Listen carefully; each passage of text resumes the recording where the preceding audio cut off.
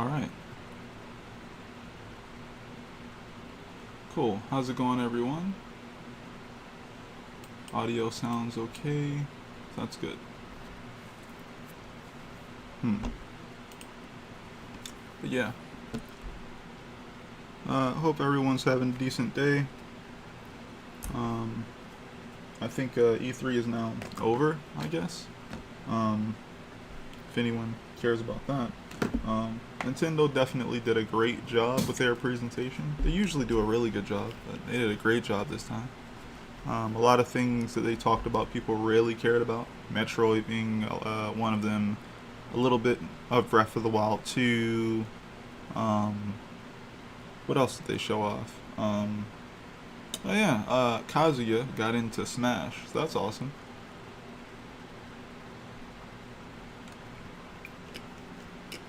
And there were a lot of other little smaller title announcement thingies, so they did a great job with that. Oh yeah, SMT, Shin Megami Tensei, as it is called, was also announced. So they did a really good job. But yeah, back to this. Oh, put up the banner thingy, or the announcement, the infographic, if you will, about my stream, and that my web comic is now on webtoon finally. So that's up there. If you guys follow me on social media at all, you might see that. You can definitely share that if you'd like to.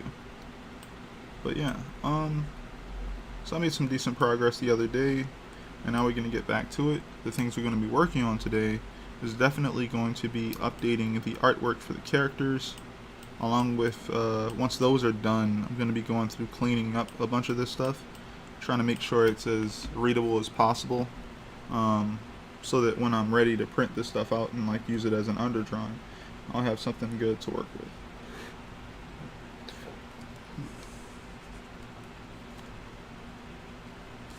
Yeah. Hey, how's it going, Ballpoint? Oh, did you see the advertisement thing I put up? So I know we were talking about something like that the other day.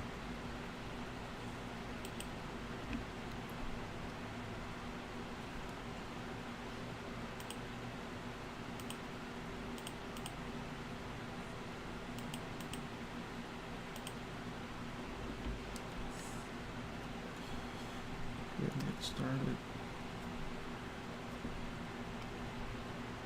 You checking now? Okay.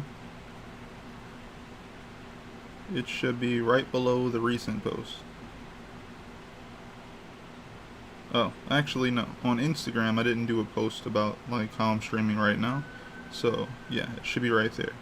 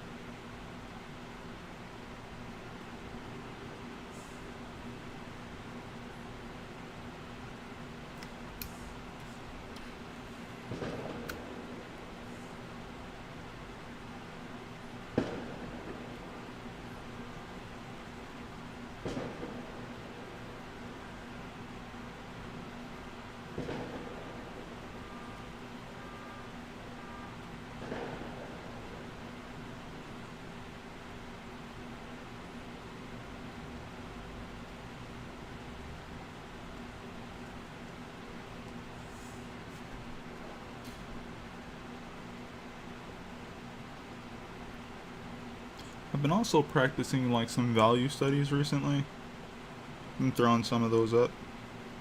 I honestly usually don't know what to do with some of the things I'm practicing with social media. Social media seems to teach you that what they want from you is consistently the same thing. So whatever you choose to do on social media, you have to be supposedly consistent with it across the board. Yeah. Oh, thank you. So it's if I'm doing value studies or just, you know, rough drawings, or what is it called, figure drawing, right?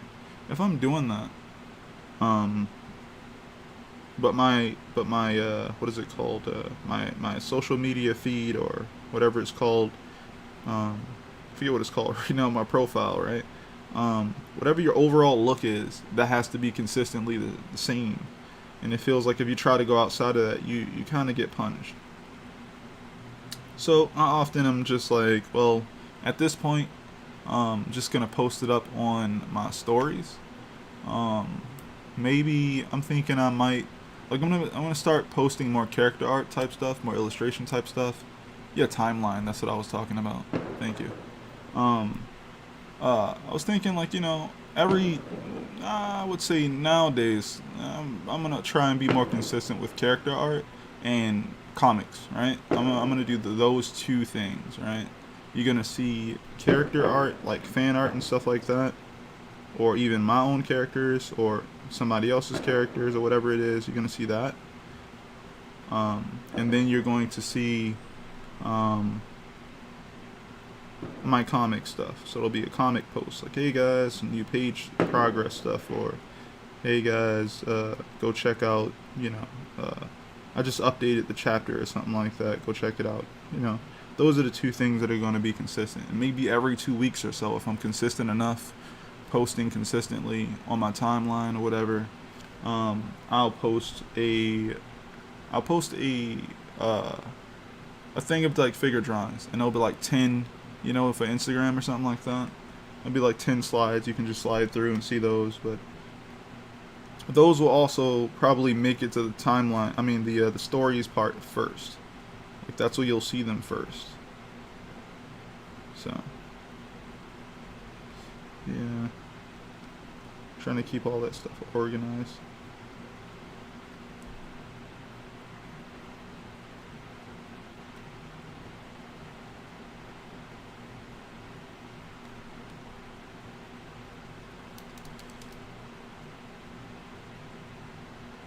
My brain just told me that I heard fireworks just now, but I don't believe it because I don't hear it right now for some reason.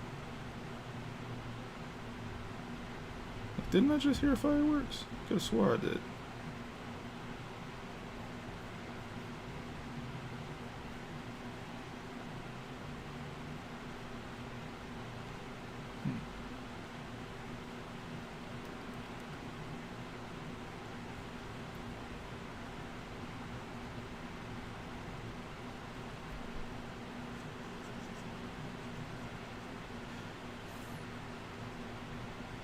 Yeah, today's been, I guess, word. Today's been, I guess, warm, not as hot as it was a few days ago. So it's been bearable, honestly. It's either that or I've just prepared for it better consistently. But yeah, it's not 90 something right now. It's 85 in the studio. That's what my thermometer says. Um, so that's bearable for me. And the moisture level isn't bad. It's decent.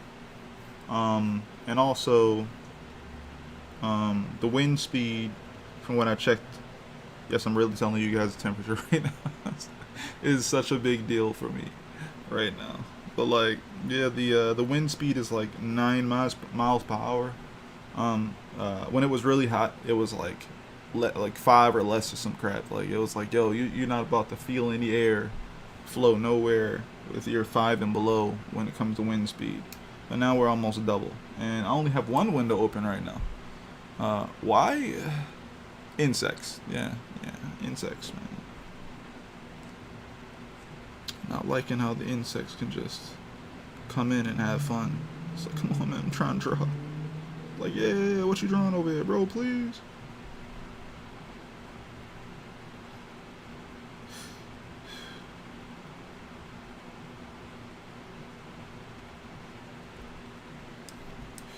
Alright, so let's see here.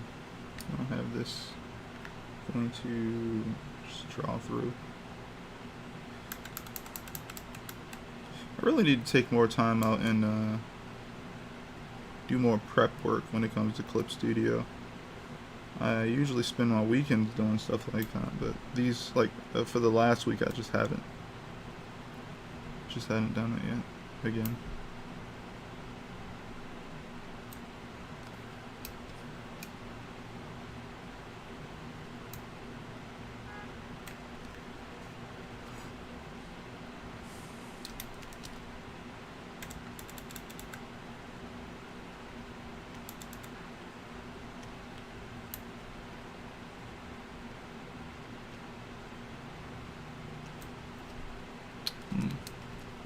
Scroll in here. I guess I was off target a little bit.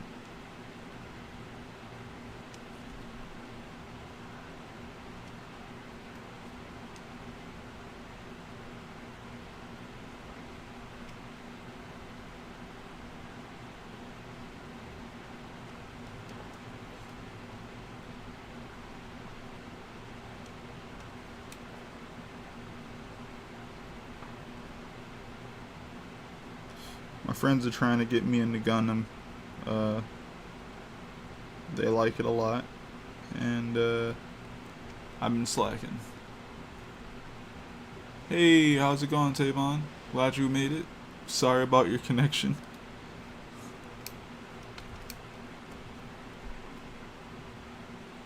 You know, the overlords of the Baltimore, Maryland connection, you know, Xfinity, you know, they don't care about what we're trying to do, man.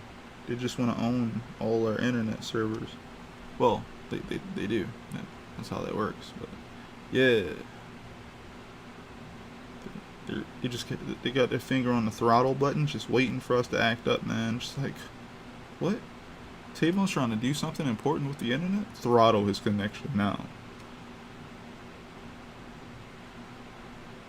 Or maybe they, you know what? Maybe they notice you're not doing anything too important, and they're just like, you know what? Throttle it because he's trying to enjoy himself. Like, nah, we can't. Nah.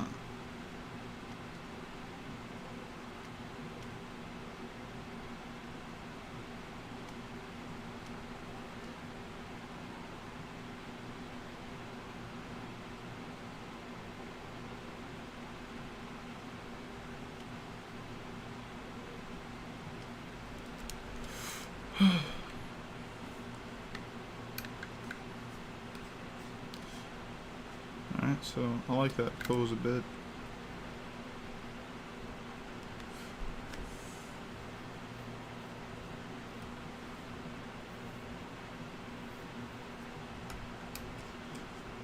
Give this guy some shoes. If I can get the right angle here.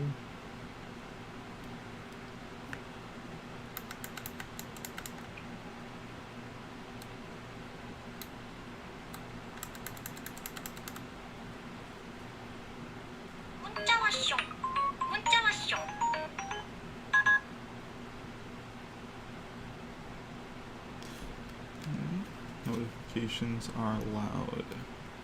Turn that down a bit.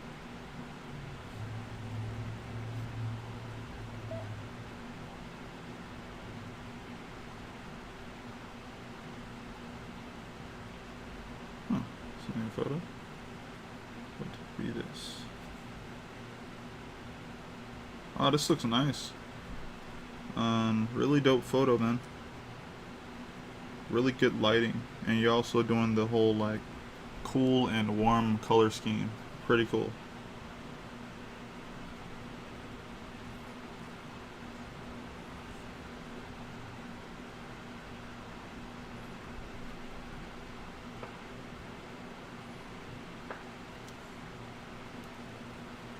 Nice.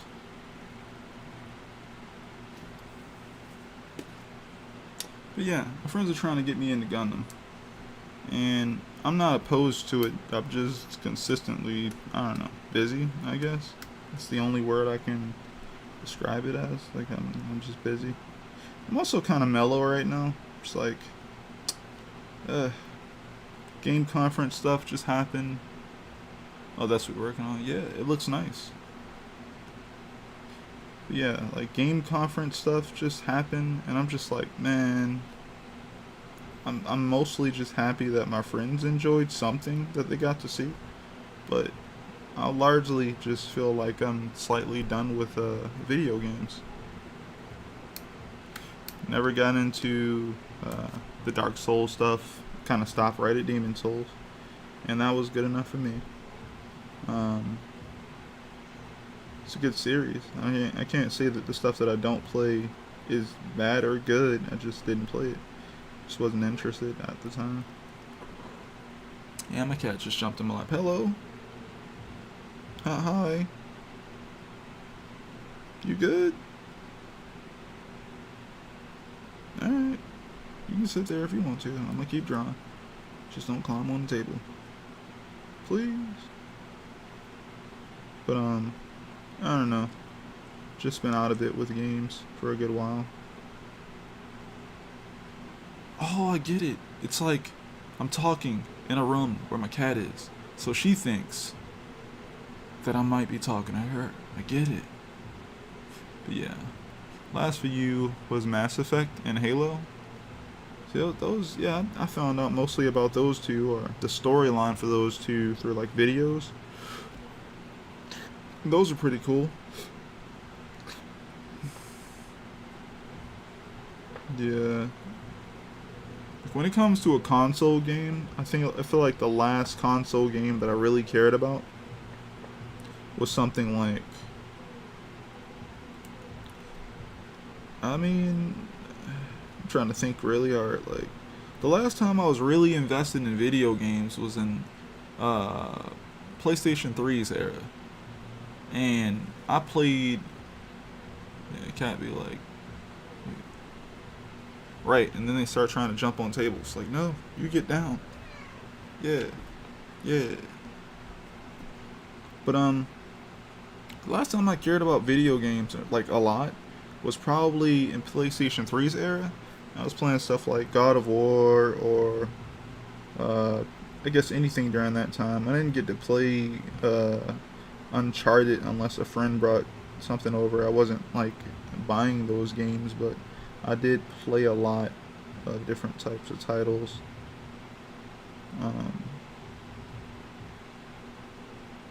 I think that's another thing. I start realizing a lot of the stuff that I did play wasn't being made anymore, or I didn't play many games. So I just was like, you know what? I think I'll just focus on art. And I tried that for a bit, and I feel like I got a lot better at art. And then I guess the interest in video games became less and less and less for me, because, like, I don't know, I didn't play many of them anyway. It was just something I learned over time. It was like, why buy a new console when you're not going to play anything? So that's what happened there.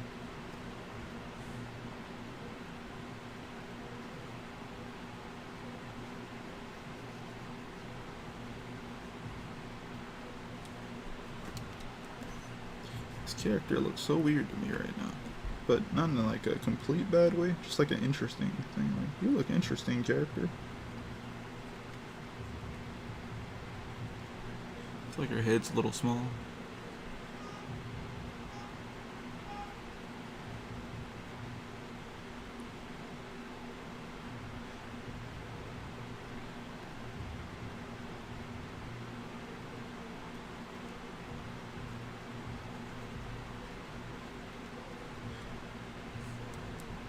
I gotta always remind myself that this is these are just rough drawings.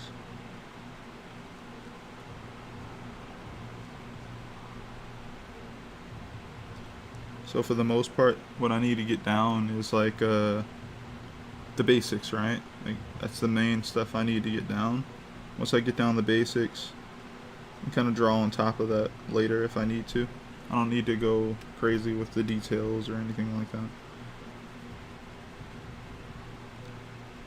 Though I have to say, the more you figure out during the stage, the easier it'll be finishing the page.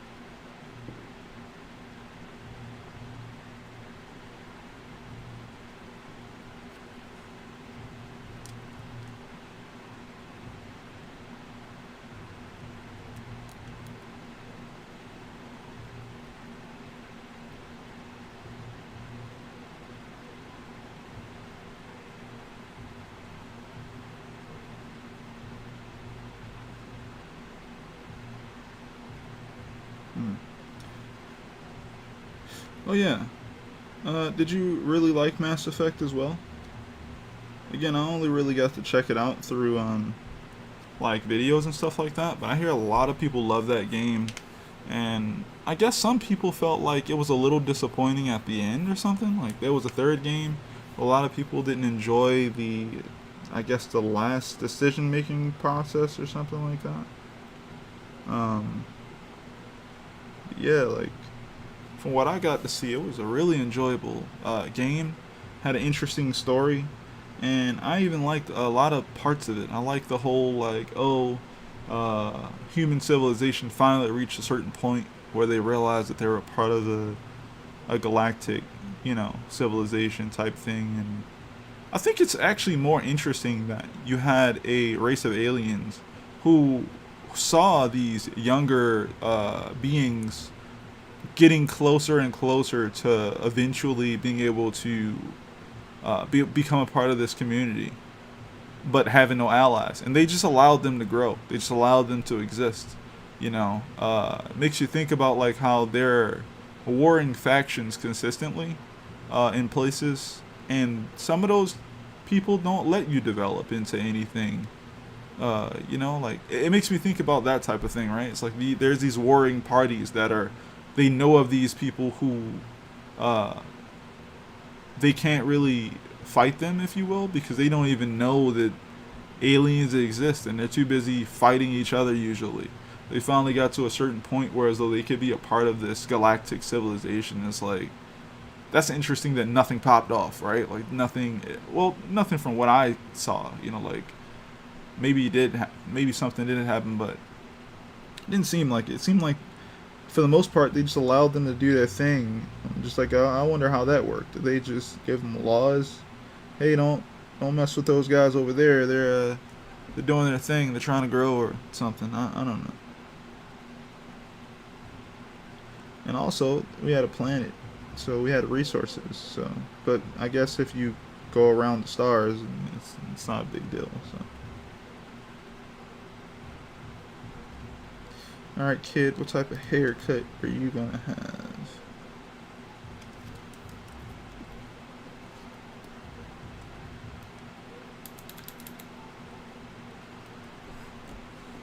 I'm going to give you.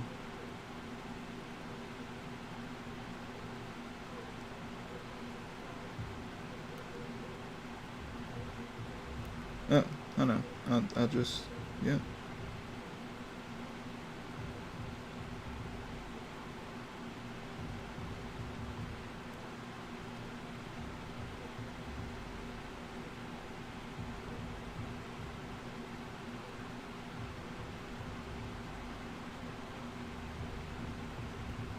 Hmm. Something happened in the story, the lore called the First Contact War, before the main story. Oh, okay.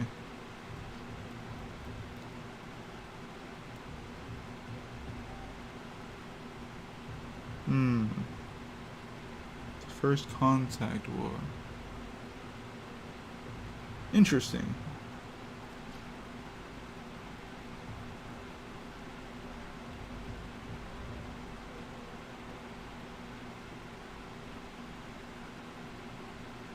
Yeah, because I was thinking, like, I wonder if they just allowed them to be. Like, something makes me think that,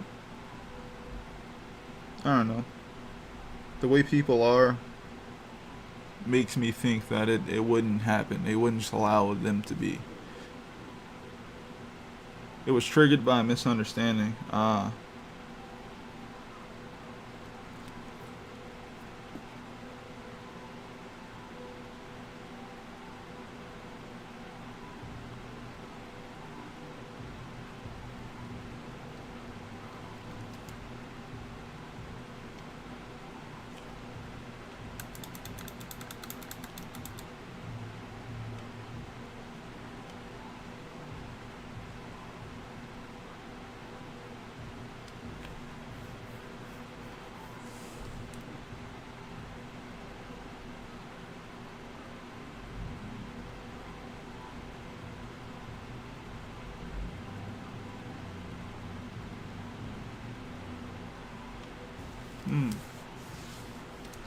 I saw a video recently about how some people, well, how the people who created the video were saying that they feel like Mass Effect could be the new Game of Thrones if it was given a shot. Like as far as like being the really big, you know, TV show similar to how Game of Thrones was directed and shot and story driven and all that jazz. You know, I would say from what I've seen, again, like it's possible, but I'd say the biggest difference between Mass Effect and Game of Thrones is like I feel like more people. I feel like not that many people knew about Game of Thrones. So when it happened, you could slightly ignore it until people started really talking about it.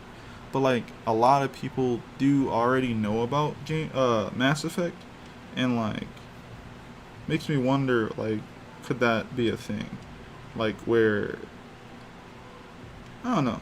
It's kind of like the more a game sells, the more people know that story because people can also watch videos of that story online because people play those games. So if everyone's gonna talk about it, it's kind of like you can talk about it, but after an episode or two, unless they change that adaptation enough to where like, you don't know what's gonna happen, you could technically be like, oh yeah, it was pretty cool. And then I went to go watch the whole story on like YouTube because the gamer was playing it, and I know the whole thing. I don't know if it will pop off as hard as like Game of Thrones did. That's if you did the First Contact Wars as the main story. I would say yes. Oh, see, yeah, that would be interesting. Because like you said, I don't think I think you were saying something like yeah, like that wasn't in the game, but it chronicled in the game, meaning like they brought it up and it was important, so they did talk about it a bit. But yeah, I get what you mean. I think.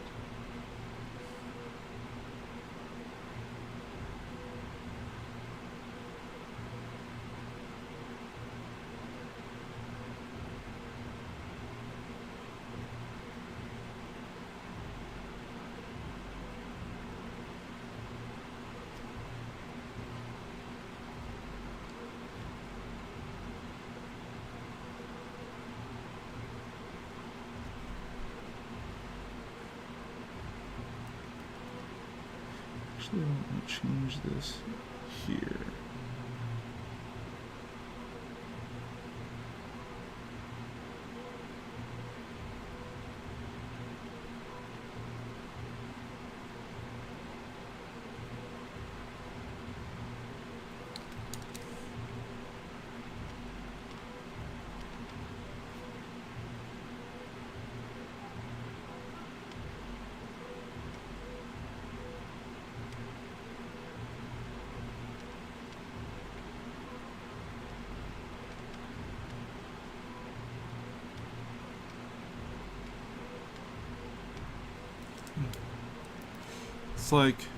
It's like the mention in the Clone Wars in the first Star Wars movie. Ah.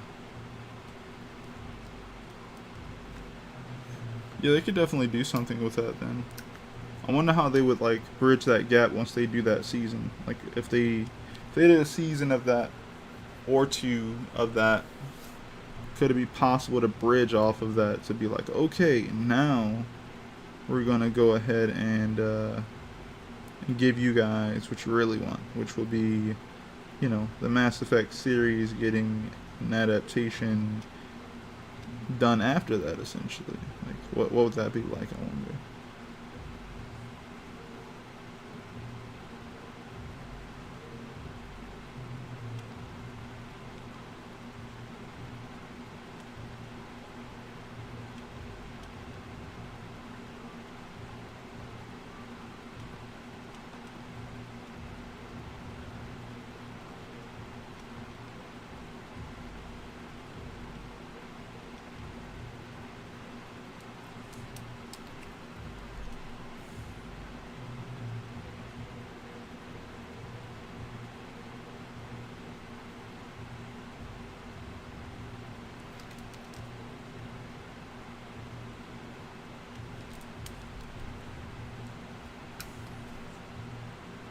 it's looking a little bit more fleshed out now.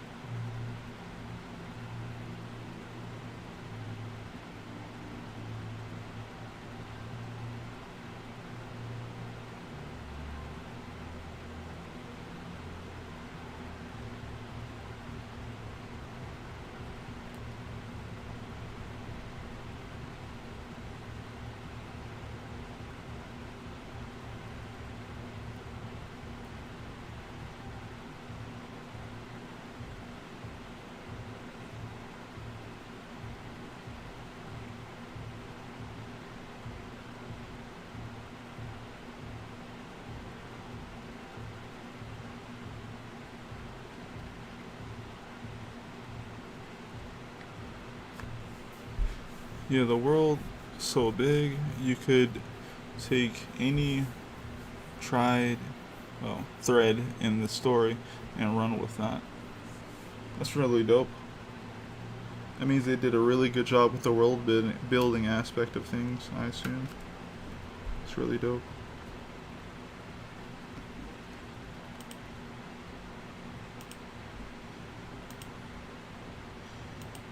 Okay, so that's me doing that. I'm gonna actually see what happens if I grab this area. I'm going to cut and paste it.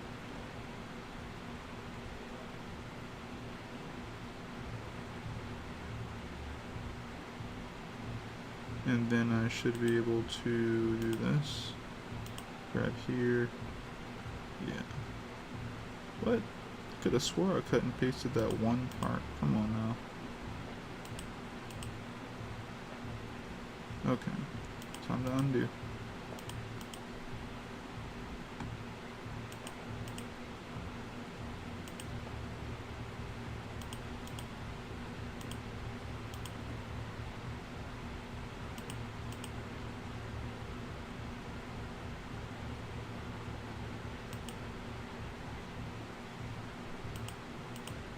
Okay. Okay.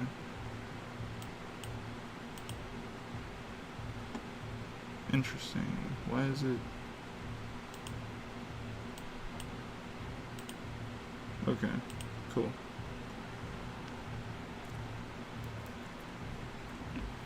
You could do a story that has nothing to do with the main storyline and it will work.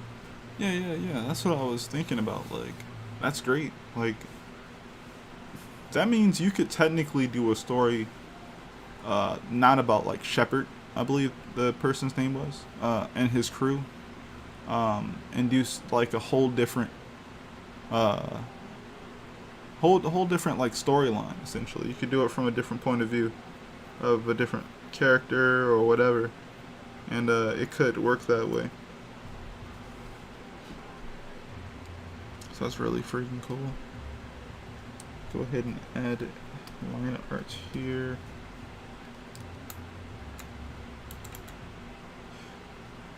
I don't feel like this is done completely right.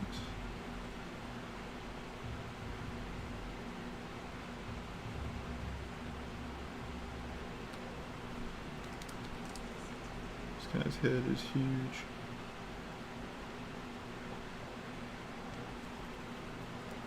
You could even make one up. I mean, I guess you could. You could definitely do that because of how the Mass Effect whatchamacallit works, but I guess it's the same story regardless to some degree because of the ticking time bomb thingamabobber that is the fact that something is coming back and it's going to do this thing again. I forget what it's called right now, but there's this thing that's going to come through and, affect everyone by being there, and everyone's going to have to either come together and fight it or fight it alone. So, yeah. It's pretty interesting. when they were describing this type of thing in their video about like Mass Effect, and also how the Game of Thrones thing works, and how they have like this yeah, the Reapers, yeah, that's what they're called, like the whole like narrative ticking time clock, if you will, this thing that's going to be imminently happening, and everyone, it's going to affect enough people, and it's going to be a big event type thing. Whereas though you don't have all the time in the world to like do the goal of the story or whatever. I instantly thought of Full Metal Alchemist. How once you know that these guys, winter, yeah, winter's coming. Um, once you know, once you I thought of Full Metal Alchemist, right? Because once you get further in the plot, you know that these guys are about to do some transmutation stuff. You know, as soon as you find out the whole like, oh snap, like they're you kind of find out about homunculi, you find out about father, you find out about the one guy who's digging a tunnel, and you're just like, man, I wonder what he's doing. And then you're like, wait a minute, like this whole thing has been leading to the next part, which will be literally just, yo, they're about to do this transmutation circle thing again, and this is about to be a problem for a lot of freaking people. Um, you don't have all day to figure out this thing with your brother, even though it will be a very central plot point. It is your central plot point, but everybody else has other stuff going on with them too, and you gotta, do something about that too. So it's like, that's interesting. It's an interesting way to like force certain things to happen.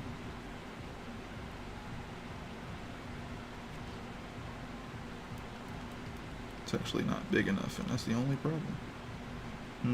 I mean, that's off screen anyway. What am I doing? We have this, it's on this side, so what I would like to do is this.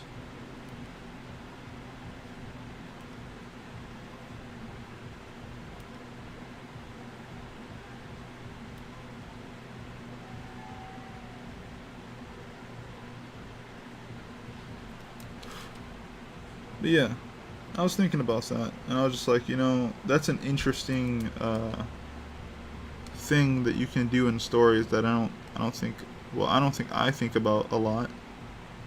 Um, I like to break down storytelling a lot. It's fun, and also makes me think about why something works in one case and why it doesn't work in another case. I love breaking that type of stuff down, because again, it means that there is no right or wrong. It just could be better. Um, it just could be better, or better executed, which can make what you're trying to go for land a lot better.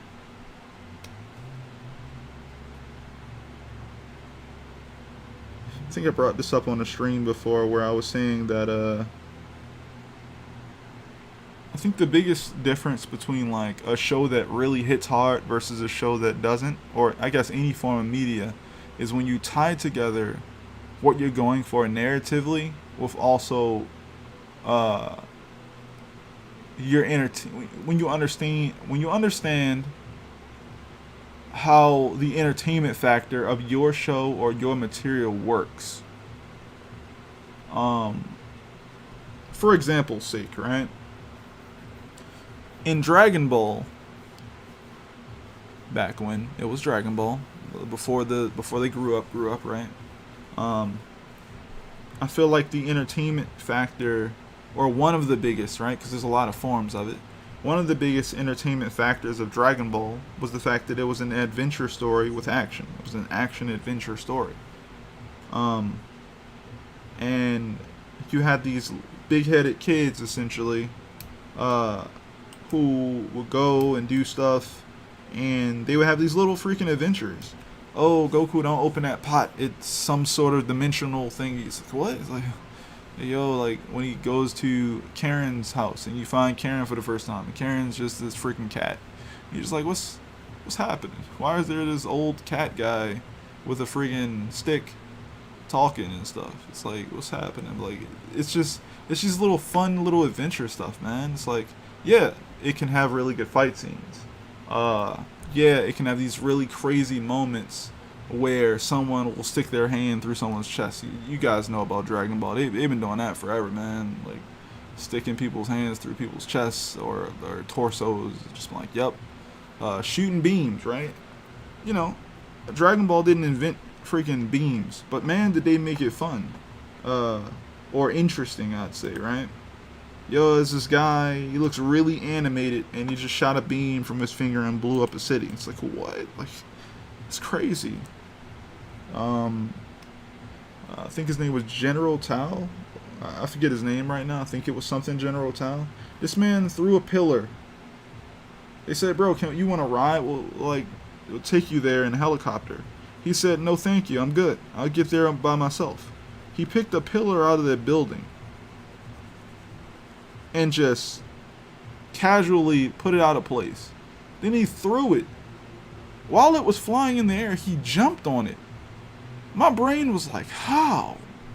How the heck did he do that? Like, how can you throw an object that's going to be fast enough that it's just going to stay in the air until you reach your destination? And then be fast enough to run and jump on it, land on it, and just, just, what? It was fun. This is really fun stuff, and like, but yeah, then you had the story, right? It was that stuff, but then there was a story, right? It was like, okay, where's the character going? What are they doing? Why are they doing that? How will they have to accomplish that? That's like the plot stuff. And then when you make that stuff entertaining and you tie that in with the fun adventure, you got the good fighting, you got the adventure aspect of things, the good surprises, twists and turns that comes with those things, and then you also have the humor, right? Like, when you tie all those things together, and when people really like your entertainment factor and they also really like your plot, that's when you get those really big shows, you know? That's when you get those really big successful shows or movies or video games, anything. When you tie that stuff together narratively, that stuff really works well. People can't get enough of it because they're very entertained by it and they're very invested to what's happening. Mixing cool plot and making it make sense. Yeah. Yes. Like, Full Metal Alchemist has humor. But his plot or their plot is very serious and it's not funny actually. It almost like the jokes work to balance the show out, but you'll never forget those moments when Al and Ed are in a house together by themselves or in a room together and they're talking. You know, every time they get a chance to talk, those conversations really hit. You know, it's like Al's just like, man, what's mom's food taste like again? And you just like, what? Like, it's mom's food, bro. Don't you remember it? Nah, bro. Like, I haven't been in my body in so long. You know, like, I don't really remember what it's like to taste anything. It's been a long time. And you just feel bad. It's just like, you can't even imagine that type of pain type thing, you know? I mean, you can. There's some people who have gone through something that has made them lose their taste. So, it's possible. But for the majority of people, they don't know what that's like, you know? And I feel like that's another way that hits, right? If you're a mom watching that show's going to hit you harder because you just watched some kids try to bring their mom back and seeing what happened, you know, from it. Obviously, alchemy, or the way they were using alchemy, is more so from a standpoint of, yo, if this was how alchemy worked, that's another form of the entertainment factor. It's just cool to see people put their hands together or put their hands on the floor, some symbols, and then something happens, right? You can make anything happen. If you had to draw that, you can make that fun and entertaining. And if they animated it well, that's also fun and entertaining. It's the same way how, like, what's it called? Avatar works, right? You do some motions, something happens, right? You touch the ground, boom. I always think of earthbending when I think of Avatar first, because it's so tangible, you know? They have to do stuff, stomp the ground, a rock comes up, they kick it, bow, you know? It's like, it feels nice when you see earthbending, for me anyway. And I feel like that's the first one I think about when I see it. Um, that's the first one I see in my head when I think of bending. And that has this good entertainment factor of, yo, this person touched this thing, this happened. You know?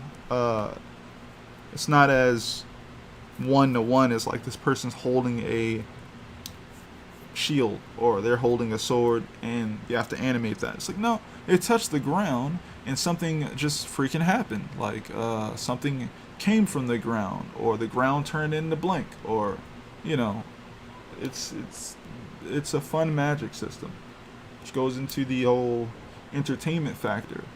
But then you can mix that with the plot and everything as well.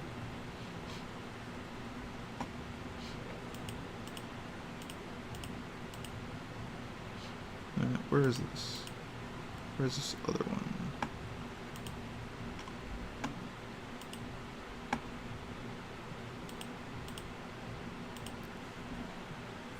I feel like video games have an easier and a harder time doing this type of thing, though.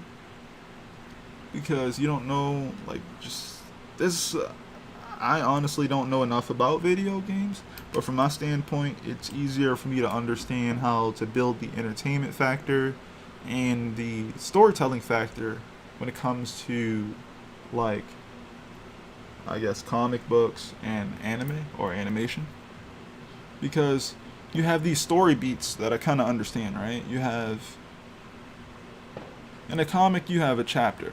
You have chapters, right? You have your story beats in that chapter. You have your beginning, your middle, your end. And whatever you start creating as a consistency thing, those are going to be things that people remember. It doesn't matter what it is. Having conversations with certain characters, if you like the way you do it, how you present your characters, how they're portrayed, how people talk about your characters when they're not around. These are these usual check-in moments of like how things are going, and those become consistency type things. And I guess One Piece is a good example, but I don't know. Even though it's probably the biggest manga in the world, still, I'm pretty sure there's a lot of people who haven't gotten into it yet, because a lot of people feel like the issue is how long it is. Which I can understand. It took me a while to get into it as well. It took me to like until Naruto had ended, and I was just like, yeah, I need something else to check out, because I didn't really enjoy the way Naruto had ended. I didn't like how they handled the whole Kaguya situation. But yeah, what I was gonna say was, the entertainment factor with something like a One Piece is, you know, this guy under. Oh, okay, let's see what you're saying. Yeah, because the storytelling is much compressed, or very compressed. So you have a little bit of time to build on your story. Movies and games have the same problem. Movies more so. Yes. It's funny. When I was younger, I used to love movies more than anything, because I felt like I would get a complete story, you know, and I'll be okay with that. Versus, like, if it was bad, I'll be like, okay, a bad movie only cost me an hour to 2 hours of time. Usually 2 hours of time. A bad series cost me a lot more time. So I was always cool with just checking out movie adaptations of things, even if it was anime or manga or whatever, because I didn't waste as much time. But nowadays, I enjoy really decently told or decently paced series, because, I don't know, it just feels more complete. Whereas though, yeah, movies these days, I just like really good movies at this point, but you won't know that until you really watch them. So, but yeah, what was I saying? One Piece, on the other hand, the way it does some of its stuff is kind of like, it builds its narrative, it starts off telling its story, and everything goes from there. And it does this thing See, the thing is, right? Sorry, I keep starting and stopping. Just thinking about certain things. But I'm gonna tell you guys this thing, and if you don't know it, sorry for the slight spoiler. But if you do know it, you already knew it. It just wasn't a problem for you. It just was understandable what happens. One Piece is a story filled with islands. You knew that already, probably. In order to traverse in One Piece, you either need a very special power, which only one individual would have, or a individual would be able to use properly, I guess. Or most people in One Piece travel by ship. Traveling along the water. So when the crew of the people we're following go from place to place on their ship, it makes sense already. What's the entertainment factor to traveling? You get to see new additions to the ship, and you get to see new places. Each new place comes with its own lore, its own people, their own way of life. Okay, this is how these people live. These are the technologies and things that they've created here. This is how life is here. Here's the characters, blah, blah, blah. So every new place you go to sounds very gamified. Exactly. It does. It is very gamified, in my opinion. Definitely like some old school RPG type stuff. You go to a new place, you're introduced to some new lore from the people that are there.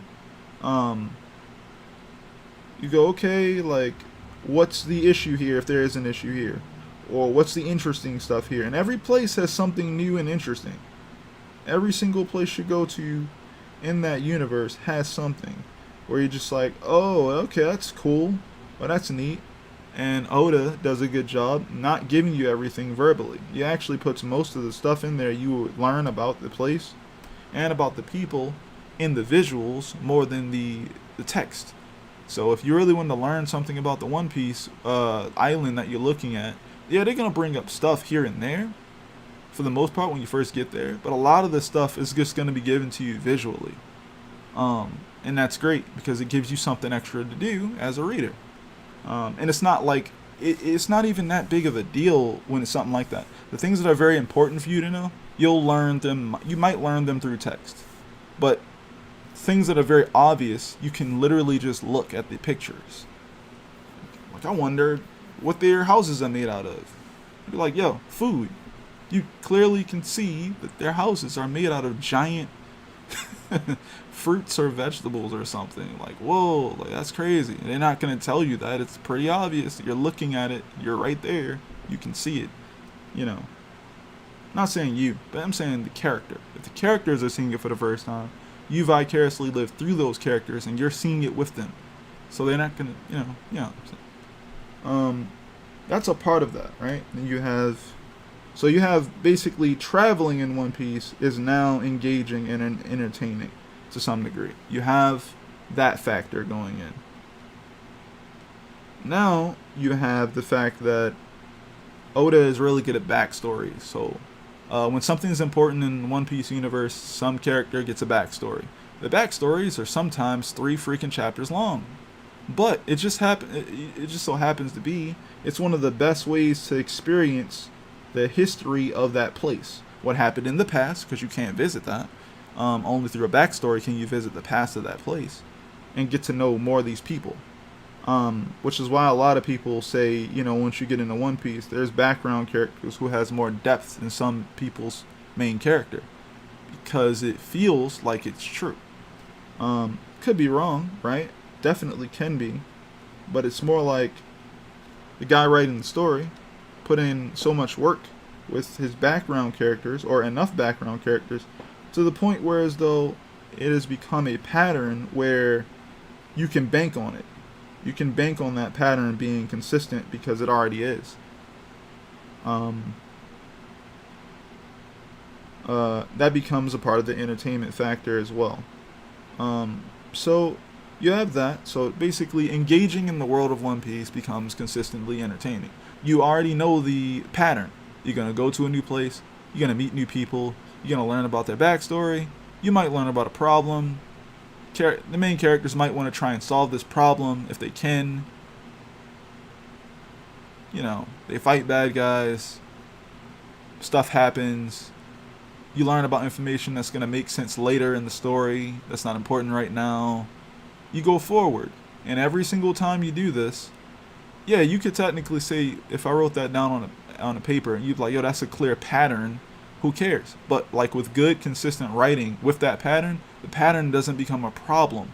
Pattern becomes a problem when you don't do enough to like make it worthwhile for people checking out the story. Yeah, show don't tell. Great writing mantra. What else has a consistent pattern that people see, but people don't have a problem with the pattern? Hajime no Ippo. It's also over 1,000 chapters long. Hajime no Ippo. You follow the story of this guy. He wants to be a boxer. He eventually learns how to. He works really hard. You follow him as he works hard, trains, learns about a fight he's gonna have. He's in a gym, so he also watches his friends' fights. You see him bicker with his friends at the gym, and then he learns more stuff, and then he practices more stuff, and he keeps training, and then the guy he's gonna fight shows up. You get to learn about the guy he's gonna fight and their personality, and then eventually a fight happens. The fight's well done, and then eventually a fight's over, and then you find out what happens in the aftermath of that fight, and then it repeats. Because that is the life of a boxer, so it technically really does work, narratively. But everything going into that narrative has an entertainment factor.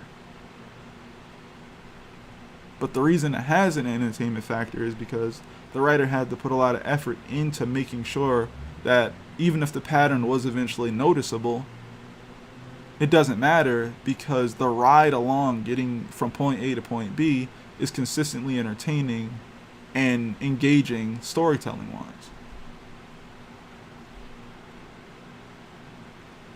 I think we got here because I was saying I like to break down storytelling and figure out why something works and why something doesn't. Yeah.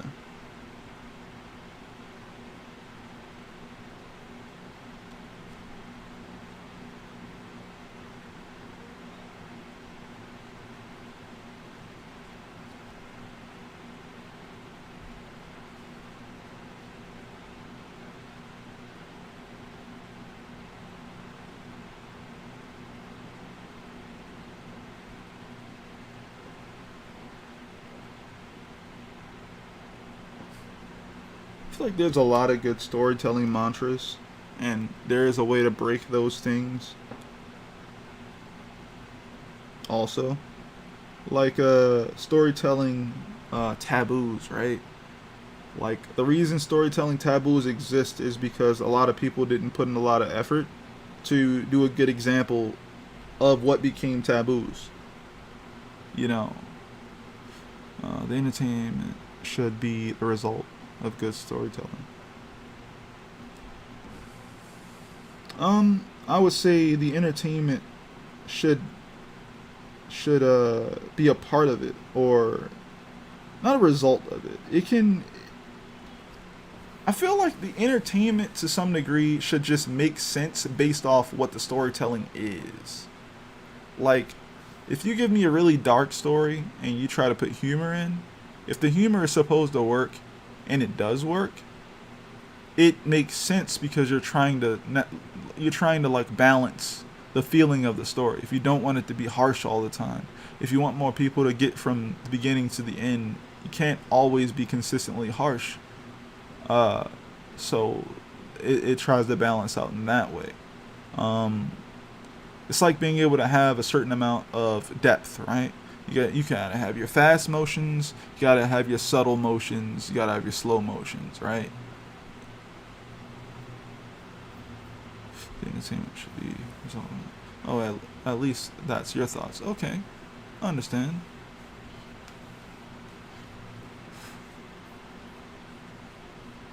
I feel like entertainment can be a part of, like, I feel like, yeah, just for me, entertainment should just make sense, like, when you think about what the overall story is or where we're going with the story.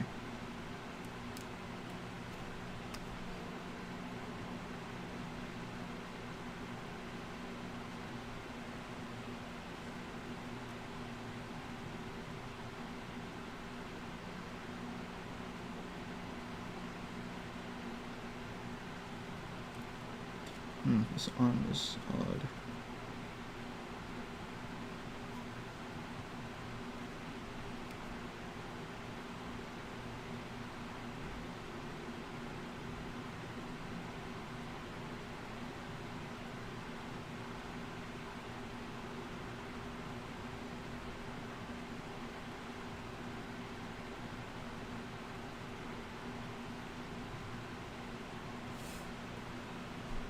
Hey, how's it going, Ritish? Good morning. Good morning to you. Okay, I don't know. Where are you located, man? Morning? I mean, it could easily be morning somewhere. I'm just wondering where you are. Yeah, Marvel does that very well, even though I'm not a big Marvel person. Funny and serious moments are balanced very well. Yes. Yep. The good thing about the MCU, if we're talking MCU, is that the MCU balances a lot of. There's a lot of usual problems with like comic book adaptations of anything. So what they did with the MCU that works very well is just be like, yo, forget all those adaptations in comics. We're just gonna make this version our version here, and we're gonna work on that character's character arc, and we're gonna start from there. We're gonna go from there, and we just want you to focus on that, which is what they should do with comics. But they can't do that because I guess I don't know why they don't want to do that.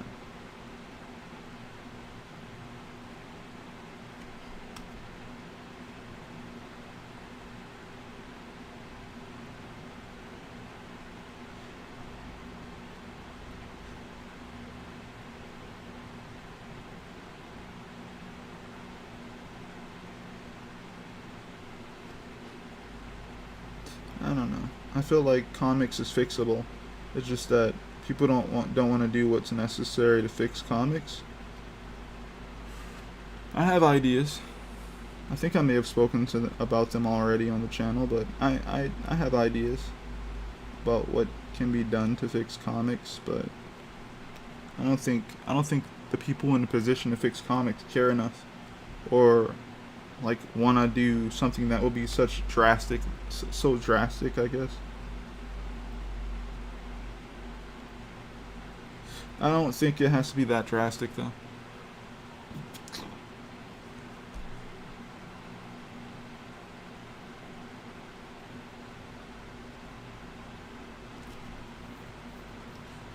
Anyone have any ideas? This could be a cool conversation. What do you feel like the American comic book industry needs to do to fix itself?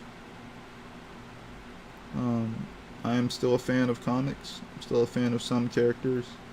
I am not one-sided necessarily. Cinematic world and comic, I think, has to be different worlds, like a multiverse. Okay. I feel like they already kind of have that. It just so happens that every time a Marvel or a DC comic does well, I can say more so Marvel since that's been more consistently the case, they end up changing a character's look to be more like the cinematic counterpart, because I guess at that point it's more popular in current time to any other adaptation in the comic. Yeah, my ideas would be something like this, right? The first thing that I would change in American comics if I was behind the helm, this is what I would do. I would take all the stories and go, okay, here's what we're gonna do. We're gonna figure out which stories that are canon. We're gonna be like, yo, this is the main storyline for these characters. If a ending for a character has not been written down somewhere, we're going to work on that right now. We're going to, in the offices is what I mean. Like, yo, we about to figure out everybody's ending. We need to figure out why this character was created and where they need to essentially die. Like, if they ain't dead, where they need to retire. Like something. We need to figure out the ending of this character's life. Once all that is established, then I'll go ahead and I'll be like, alright, all our books are about to be remarked.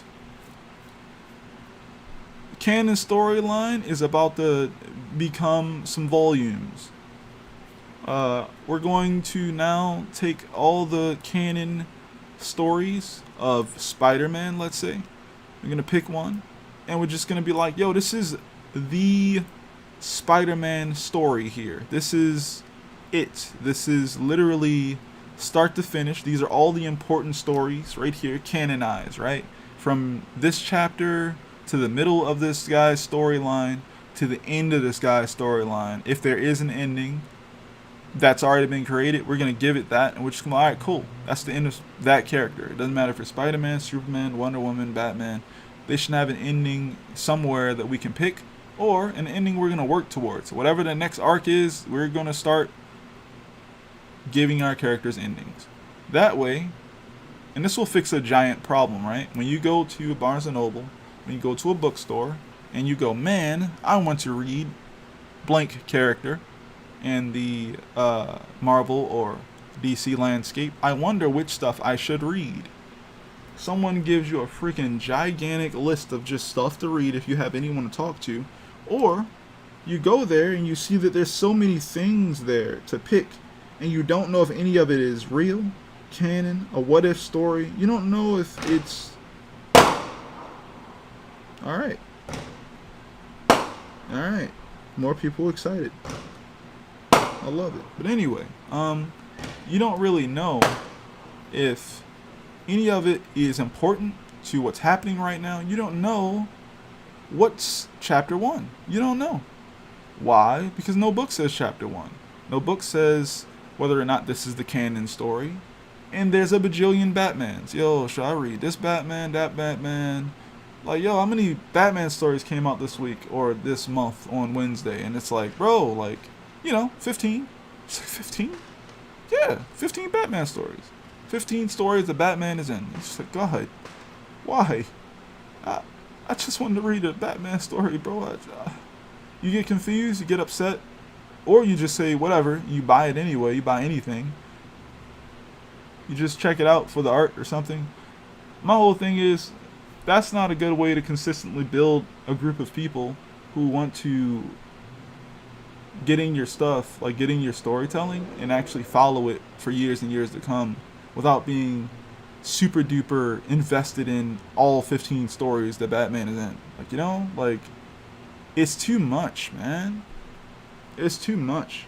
That's the main, I don't like to bring up, manga versus comics, because manga has its own problems too, right?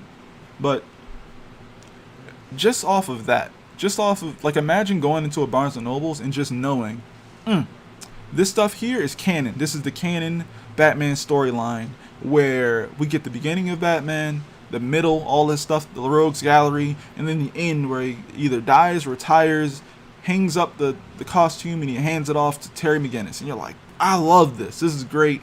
And everything else is a what-if story.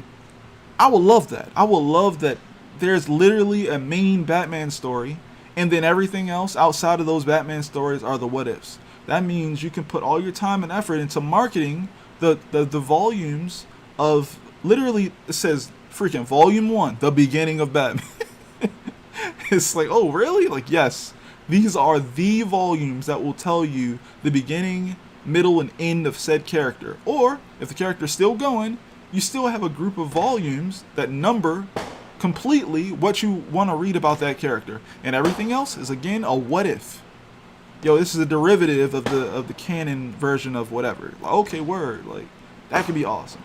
They did that in the Batman Who Laughs. Right. That's when they started trying to fix stuff in what was happening currently in the DC landscape with the Batman Who Laughs, right? I respect that. But did they go and grab all the previous Batman books and go are we from what I learned about that one, right? Just group all one book, LOL. No, what I want them to do is literally, they don't have to necessarily go and be like, alright, here's what we're going to do. We're going to redraw all of Batman. No, I don't want that. Just go and find, you already have a problem with creator consistency, right? You're always going to have that problem in mainstream American comics. because that's how the business works, right? You hire different artists to do different books. That's fine. You hire different writers to write different parts. That's also fine.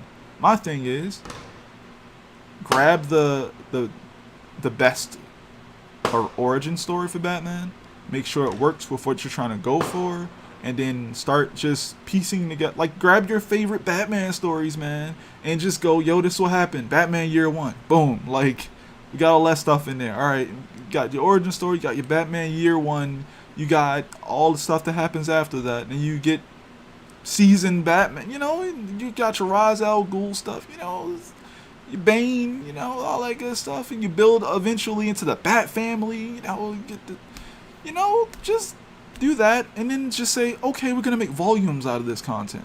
These are like the best Batman stories that could show the beginning of his story, and then the middle of his story, and then the end of his story, and then be like, these are now canon. This is the canon storyline, and then sell it, because now it makes sense. I go to the store and I go, man, I want to read Batman. I want to know about him.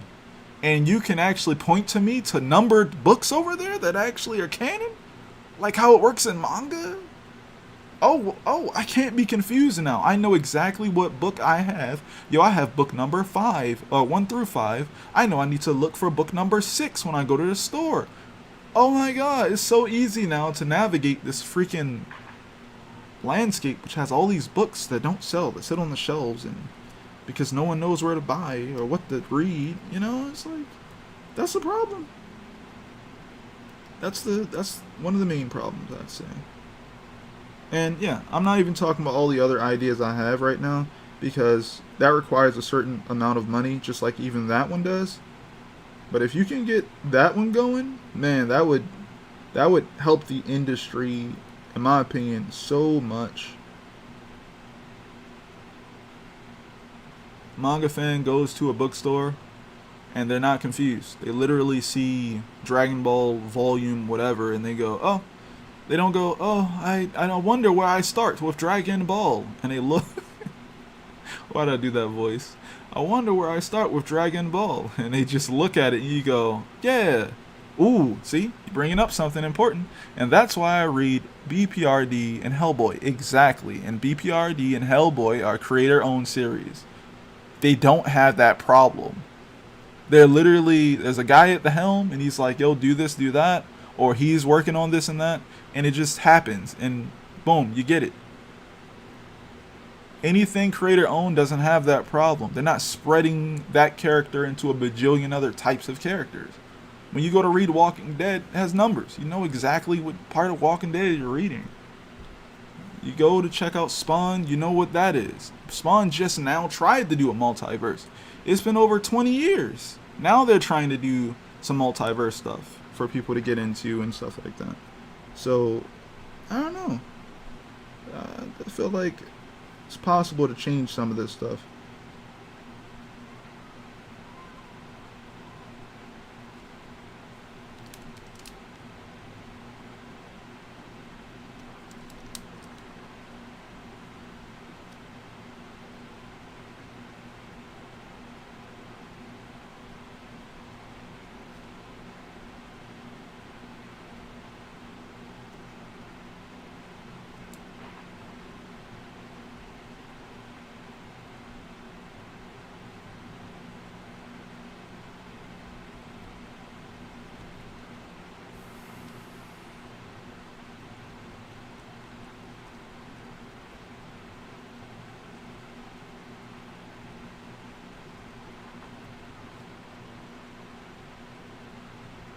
And wait till they group it in the book.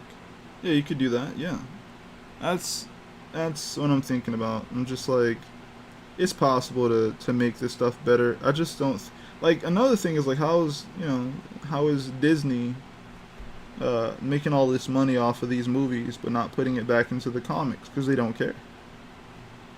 They're just taking the source material and going, cool, make an adaptation out of it, and it'll work because millions of people will be introduced to this character. And yeah. Have I heard of Wicked and Divine? I heard about it because I think I was always every now and then look up the name of my comic on Google just to see if it gets any hits. For the most part, it does for me anyway, for my little traction. And then I run into, two things. I run into something, what is it, Divinity Original Sin, which is a video game, and I run into Wicked and Divine. That's usually the two things I run into when I type in the Divinity into, like, Google. I'm like, oh, like, what are these? Like, oh, like, of course I wouldn't be able to keep that, for as long as I think I did. So, makes sense, but yeah, I've seen it. I haven't read it yet. Oh, those Disney people hold me back. I don't know. Don't get you started with them. Oh man, I didn't know. It just really makes you think though. Like, really makes you think. It's like, man, you mean to tell me that these movies can make $1 billion at the box office and no one thought, yo, we should take, like, I don't know, like, we own Marvel. You know what we should do? Fix it. We should actually fix it so we can compete against DC, or just do so much better in the comic book market, because why aren't our comics selling but the movies are? And what it makes me feel like is that Disney has given up. They don't care. They're just like, oh, well, obviously people care more about the live action market. And it's like, that's not necessarily true. It's just that it's hard to get into comics these days unless you are reading something that's easy, I would say. Something starts new and it doesn't have a bajillion years worth of lore. It's so much easier to get into. I think that's another reason why Superman suffers sometimes. Even though Superman and Batman are the biggest breadwinners when it comes to sales by the end of the year. It's usually Superman and Batman. Why? Because they're really popular, and also Batman has like 15 series, Superman has like 15 series, and they calculate all of them joints at the end of the year and go, look, Superman sold 3 million copies, or Batman sold 3 million copies this year. And you're just like, man, that's amazing, that's good stuff. And he's like, wait, that's like 15 series of Batman. So technically, yeah, you would split those numbers and be like, Batman may have sold 100,000 or several hundred thousands per like run, if you will, but no one series probably touched 1 million, if that makes any sense. It's just, I don't know. It just makes me think about how they could fix comics with the amount of money that they put into, or that they made from the movie. But instead, they're just like, nope, we're just going to keep making more money by putting it back into the movies. And it's just like, well, I don't think comics are going to freaking die at all. I think they'll be fine. If comics didn't die when COVID hit, even though all the stores that were selling their products was dying,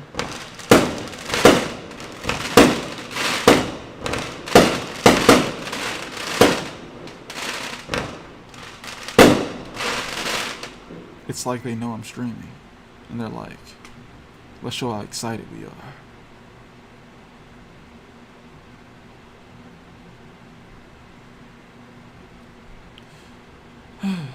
Hope that wasn't too loud for you guys. It's pretty loud for me. Anywho, what was I saying? I don't think that comics... Speaking of dying... dies on stream to a firework. Come on, bro, please. But I think that they could fix it. It wouldn't take much, in my opinion. But giving the medium's most popular characters having an ending, I feel like some older people might not like that, you know? That's why they didn't pass on the mantle a lot. That's why you have these bloated stories with these guys who just won't go away. Like, you guys ever think about like how like Superman's older than your grandma or something like that? It's like, yo, how are you how are you 85 plus years old, bro? How are you not dead yet? Now I get it, you Superman, you can absorb, sun rays and live long and all that good stuff, but like, how is your story not over? And how have you not passed it to somebody else canonically? And even if you have finally done that, it's been 85 years. What took you so long? Like, jeez. It's like, it's this giant problem where no matter who you bring up in the, right, yeah, Superboy. He could have been gave it to Superboy, but Superboy never really got the shine because Superman wouldn't go away. Same thing with Batman. Yeah.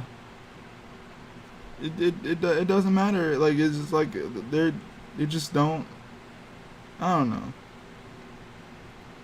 It's a problem. It's a problem. It's a real problem in the medium to me.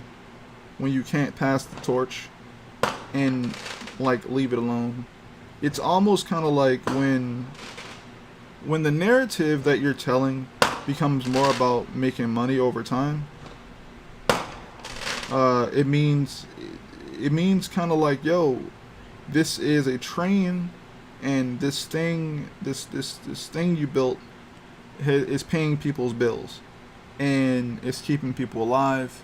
And if you stop it, if you change the trajectory of how much money it's making, then this is going to be a giant problem for so many people. So your series isn't your series anymore. It's something else. And the story isn't the story anymore. It's something else. And that takes away from the story, but they try to consistently hide that. That means your character doesn't get to be a character anymore. They are fixed in space and time. It's what happened with Goku. When Goku's story was over in Dragon Ball, or Dragon Ball Z, the last chapter, that was perfect. It was good. And then they was like, make GT. But most people was like, GT's not real. So most people didn't take it as canon. And then they brought Goku back for Super. And that's when Goku essentially, to me, died. Because Goku hasn't had any narrative progress, like, to me. He's had power-ups. Power-ups are not, to me, narrative progress. Even if you say, oh, he's all about becoming strong, or whatever. Like, nah, he wasn't leaning completely towards that the whole entire time. He definitely was trying to pass the torch to his son. During the Cell game stuff. And then after that, it was like, yo, questionnaire came in. Most people just want Goku to stay the main character. And which is why we don't have a very super smart, intelligent main character who knows how to do things with, like, math or whatever, fighting anyone right now. Because Gohan had to be retired into a character who just became a teacher. Stop fighting, stop training. And Goku had to keep doing what he was built to do and not go through an arc where he could end. This is why there are no new stories. What, with Dragon Ball? Or stories in general? Because, yeah, that's probably true. Stories in general. Stories in general, I feel like there are new types of stories. Everything's a remix, as they used to say back in the day on the interwebs. My whole thing is, like, I try my best to consistently be like, yo, like, it doesn't matter how much you're influenced by something. That's not the story you're trying to tell. That story already exists, so why would you be trying to tell the same story? And even if you have some narrative stuff here and there that is similar or the same, that's not the same character. So you wouldn't, word, yeah, I know what you mean. Like, in general, everything's a remix at this point. But, like, yeah, like, Dragon Ball is just literally remixed from, Toriyama was inspired by Jackie Chan movies, and he liked martial arts, and we know that Goku is basically Sun Wukong from Chinese mythology. If that's the case, then we know that it's kind of like Japan's version of Sun Wukong, and it's very freaking popular. probably the most popular version of the character is Goku at this point. And he doesn't even have all this stuff. And guess what? He still can't beat Sun Wukong, in my opinion.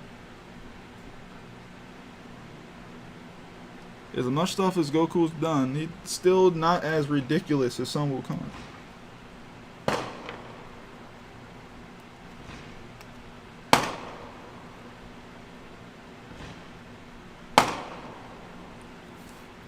He's not even as cool. If Dragon Ball was literally Sun Wukong, like propaganda, man, like Goku would be so freaking. You think people talk about Goku now? Man, if they made Goku like a real good representation of Sun Wukong, man, it would be insane the amount of like you would be thinking about it. Like, oh man, this guy is amazing. Like if you don't know the story of Sun Wukong, you haven't heard some of the feats, some of the things this guy can do, you should probably look it up. How close are you guys to my window right now?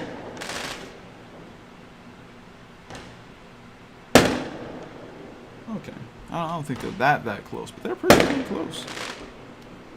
But yeah, this man had like a lot of different transformations. He could do the whole turn big thing. His staff was like a pillar that held up hell or some crap like that. I forget how that worked. It was a giant. His staff was actually a giant pillar, and he could make it as small as a toothpick and put it in his hair. He could freaking pluck it at you and kill you. He could like make it turn big, and it actually has the same pressure supposedly as that pillar. It's still as heavy as that pillar, but it's still in the form of a toothpick. Like, man, that's why I try be back in time, like in 1800s for story ideas, myth legends. Thero says, zombie apocalypse outside your window. Yeah, man, you know, people just excited about the chapter, you know, I'm just taking my time with it, you know, trying to do my best. And everyone's just really excited, you know, I really appreciate it, you know what I'm saying? It's really cool for, you know, I appreciate it, you know? But nah, man, I'm just talking about Sun Wukong right now, man, I was just saying, like, yo, if Goku was as cool as Sun Wukong, you think people talk, like, crazy about Goku now, bro? Like, Sun Wukong is cooler than Goku still. Like, and that's because the entertainment factor of Sun Wukong was creating a myth that was so crazy and so long that it's, you know, it's very difficult to top, even from back in the day. This man was fighting all types of transforming monsters and beasts across the land. Like, this man will fight you for anything. What did they send him? He went to heaven. He beat up everybody in heaven's army, and then he stole some trinkets of immortality, and he drunk them and ate them all or whatever, the apples on a tree or whatever. Then they sent him to hell, and he messed up hell so bad, they basically wrote down, like, yo, everybody can die, but that guy cannot come down here. And the same thing in heaven. It's like, bro, he cannot come back here, bro. He's not allowed. So that means this man's multiple times immortal. Even if he could die, he can't die. They don't want him there.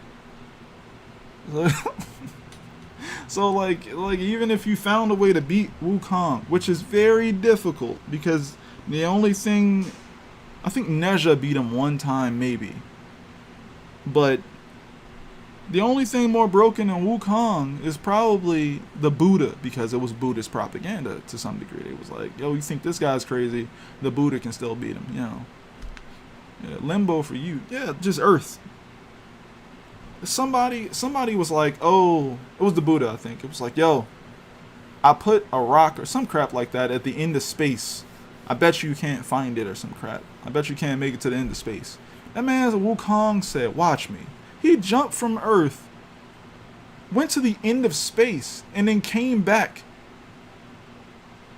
and was like, yeah, I did it. I went to the edge of space. What's wrong with this dude, bro? Like, you guys remember Ashura's Wrath? That was the closest thing you got to see to like how Wukong would be, and he's still worse than them. Like like he beat everybody in that game by himself. No help. He beat them all. Oh yeah, like he could also that staff is heavy as crap. It's really freaking heavy. And also he could do shadow clones.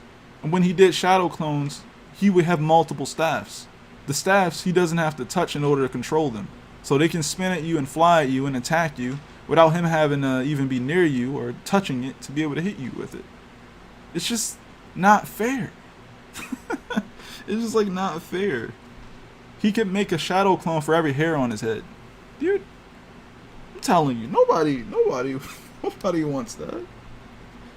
You guys think Goku's a problem? Nah, man. Goku is just not even like he's not even close to what he's inspired from. And yeah, he keeps getting stronger, but man, they would have to do a lot of work for that to even be close. And then you think the series is crazy and ridiculous now, it would be even more crazy and ridiculous. Like even more. I'm reading Buddha's origin story. Oh, you're reading it right now.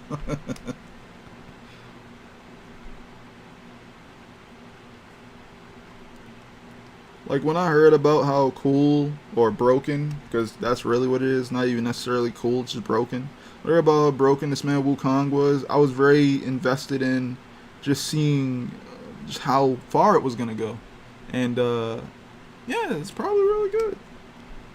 Like, man, I was invested in just seeing how crazy it was gonna go because it was a text created so many years ago for this guy's story, and I was like, yo, why were they putting in so much work for this guy's lore? You know, like what's happening?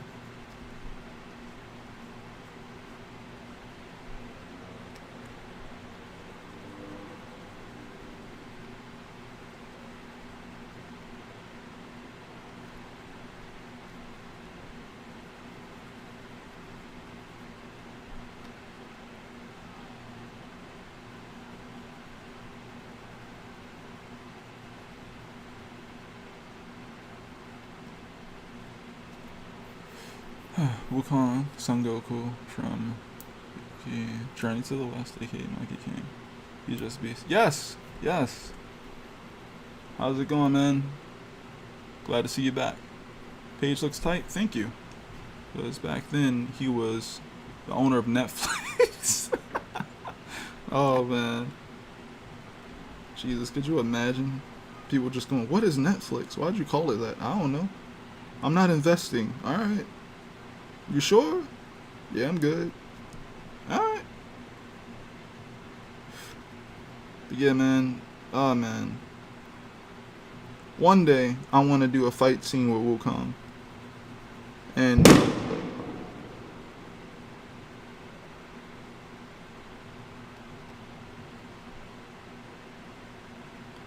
okay. Alright. Still alive. Good. Alright. That was loud. Yeah, okay. Anyway, one day I wanted to do a fight scene with Wukong, and it's funny, the more I got good at fight scenes, the more I realized, like, I don't want to focus on them. Like, I think I understand how to draw a good fight scene. I have a lot of good inspirations when it comes to good fight scenes and stuff, and I'm gaining more as time goes on, but I'm not as interested in making a good fight scene anymore. It's not necessarily like, oh, I figured it out and like it's easy or something. It's not as engaging as making a really good story first to build on top of it. I always say when I'm talking to my friends that if you want the best fight scenes, go look at Stick Death. Like Stick Death has like the best fight scenes. They can do anything they want, and it'll be readable and understandable from even a stick figure point of view. And you'll be like, man, they get to do everything they want. Laser beams. Everything you've ever seen in a fight scene can be in one Stick Death fight scene. It'd be insane. like every type of technique.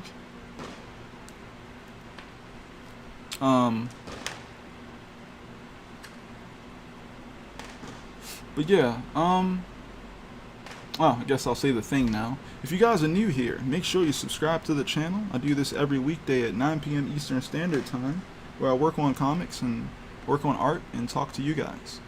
So if you enjoy that, make sure you go ahead and subscribe. But yeah, like for example's sake, right? A good fight scene in an anime really hits when the emotional weight is there. Right? Like when the emotional weight is there, you're just like, yo, I really want this guy to, you know, fight, or I want this to happen. It should happen. You know, it's almost like you, the reader, just really want this to happen. So when it finally happens, you know, you're like, yo, this is messed up. That guy needs to get punched in the face or something. You know, like it gets you so in your feelings that you're just like, this needs to happen. But when they do that correctly, that's when the fight actually means something, right? Oh, I got a good one. You guys remember when Krillin first died? A lot of people might not remember that. When Krillin first died, he died to one of King Piccolo's minions or something like that.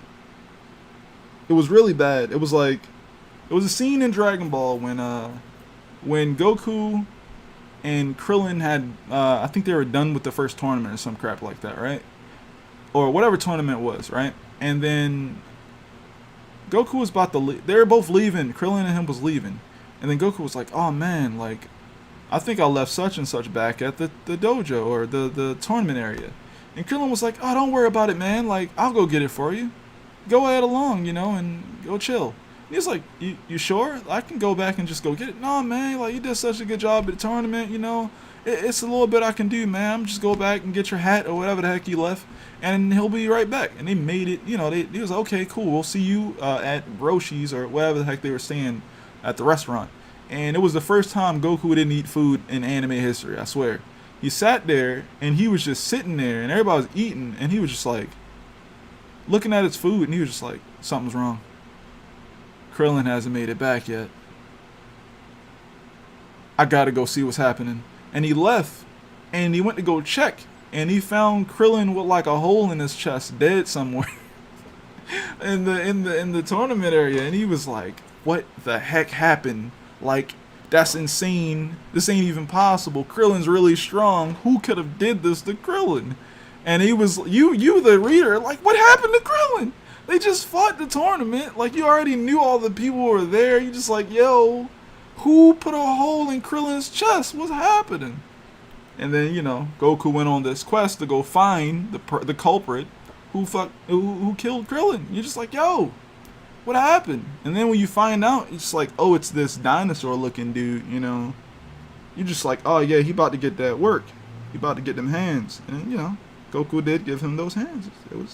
It was a nice little fight right there. He was like, yeah, this one's for Krillin. You know, he did the voice. And then he proceeded to decimate him, and you know.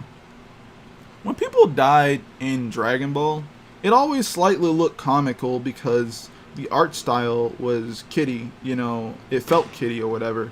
But when people were fighting, it never felt kiddie completely. It always felt like there was something extra there. It was like detailed chibis or something. When I used to look at the old art for Dragon Ball, I always would be reminded of Peanuts, the comic strip.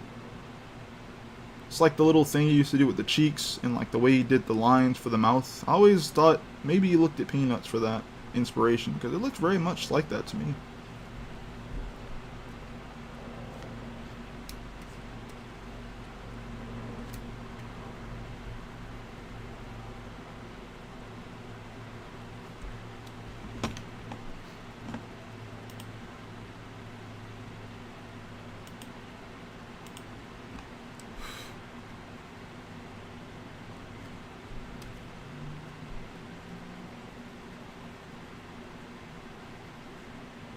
I'll fix that arm later.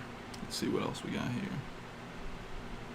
Cool, we got like 12 minutes left before the 2-hour mark, so that's pretty decent. Alright, so where are we going now? So this is looking okay. The hair there. Everybody has their clothes on like they're supposed to. This lady here needs her dress joint on. I have the belt joint right here. There we go. Just a little thinner here. I don't think I'm on the right layer.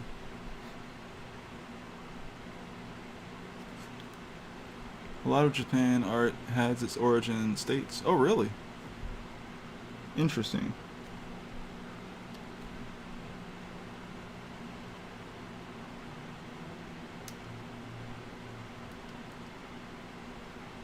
I actually recently started relearning Japanese again, and then I was sitting there like a little bit annoyed because I was like, man, if I just stuck with this years ago, I would have learned a lot of this language already. But now I'm like, not procrastinating, but being more like, so why am I learning this language again right now? And I don't really have that answer yet, other than I just want to.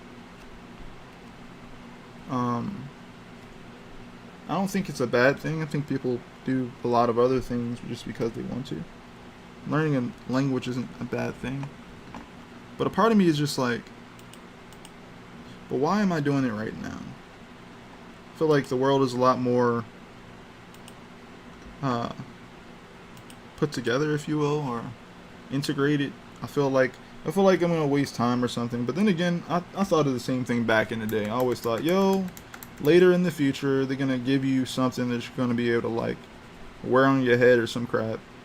It's gonna be able to listen and hear what people are saying to you. It's gonna translate in real time, and there's not gonna be a purpose for knowing the language at that point because you could have just waited until that thing got invented. And it's been like, I don't know, 10 years now, and that joint still don't exist.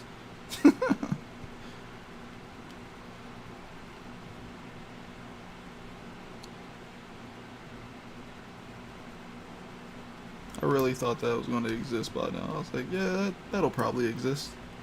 It does not exist, unfortunately.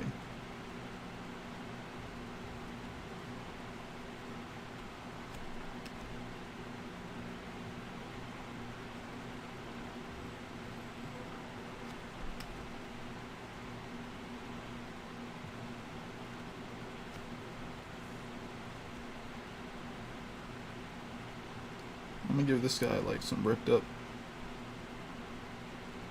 uh, sleeve joint here.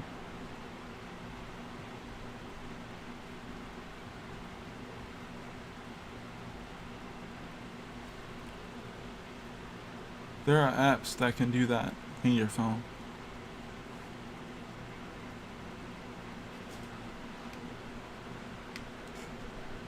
I think I'm tripping. I think I just saw something fly in my studio, and I'm enthralled. I'm like, yo, what was that? Time to save my progress. Time to grab the old slipper. Firework sound goes off, so you know. Yo. I mean, I don't know. It could have just been one of my hair strands on my head next to my eye. Good one, Los. It's the Divinity. All right. Still in beta stages though. Oh yeah. See, that's the thing. I don't want to rely on it anyway because things still in beta have problems and they do mistranslations all the time. So yeah, again, I don't know exactly why, but a part of me just wants to do it again. I didn't make it that far. I think I almost made it to intermediate. Which means that I could have decent conversations to some degree in Japanese, like just doing very basic things. Like I could like order something to eat. I could ask someone would they like to stay over. You know, I could do some basic things, but other than those things, I don't think I could do very much. A part of me wants to do it for work. Like that used to be my reason. Like I wanted to be able to describe my comic or something to someone in Japanese, and also talk about it like yo, like this is my manuscript, or these are my comic book pages, here's my ink stuff, be able to literally see the part of the process I'm working on at the time. Like, I thought that would be able to be like a good type of way to go about doing it. Um, I don't know. I still think it's worthwhile, but I just don't know why yet. But I'm not gonna let that stop me from trying it out again because I still think I could have learned it by now. And that's the thing that stings more than anything.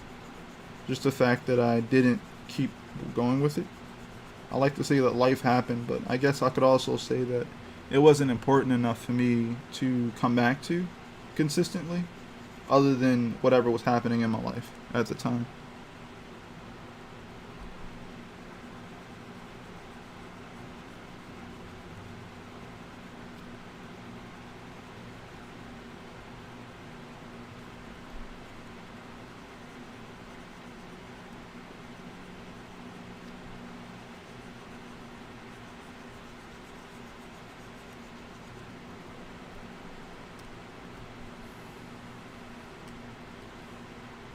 I like the way that looks. They look pretty cool together. Alright.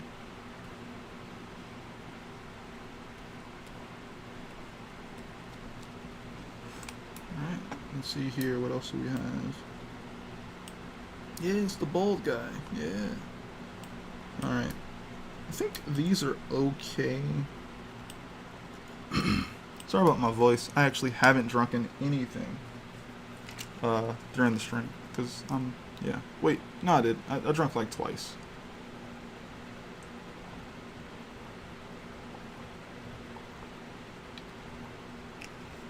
And to you guys watching, make sure you stay hydrated. Unlike me, having these random problems. But yeah, stay hydrated. Definitely in those hotter places like Arizona. Definitely stay hydrated, people. I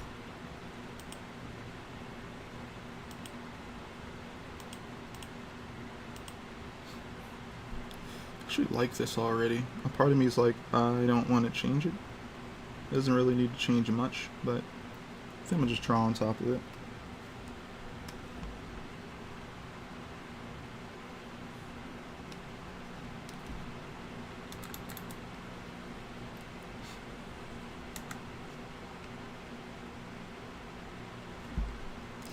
Alright, so I'm gonna spare.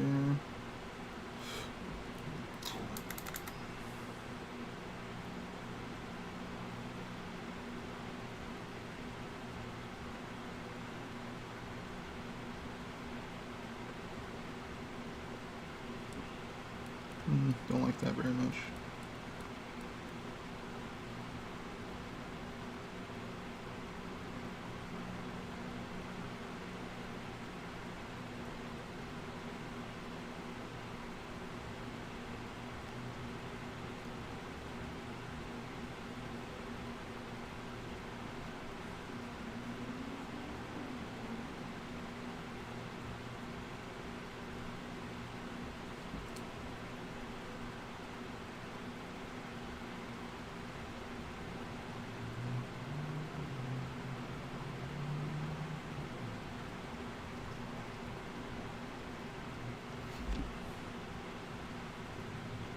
Oh, that's the problem. I'm gonna go ahead and go around this head and make it a little smaller.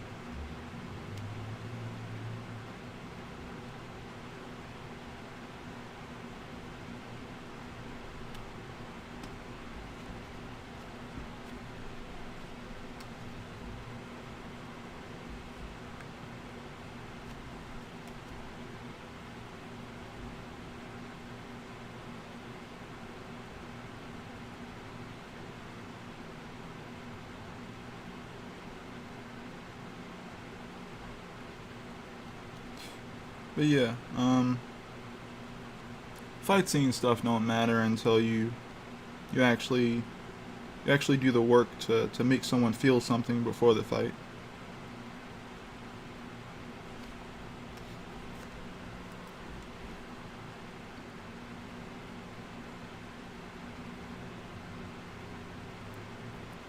Like I could probably say that we're talking about a series, Naruto has some of the best fight scenes in like anime history or something, right? Like as a series, right? But for most of those fights, I wasn't emotionally as invested. Um, they hit on a choreography level, right? That's a part of the entertainment factor. You're like, man, that was amazing. That was cool. Did you see what he did? Blah blah blah, right? Um, but could could do you could do more by just putting more narrative stuff in there. I don't know if I have a perfect example, but I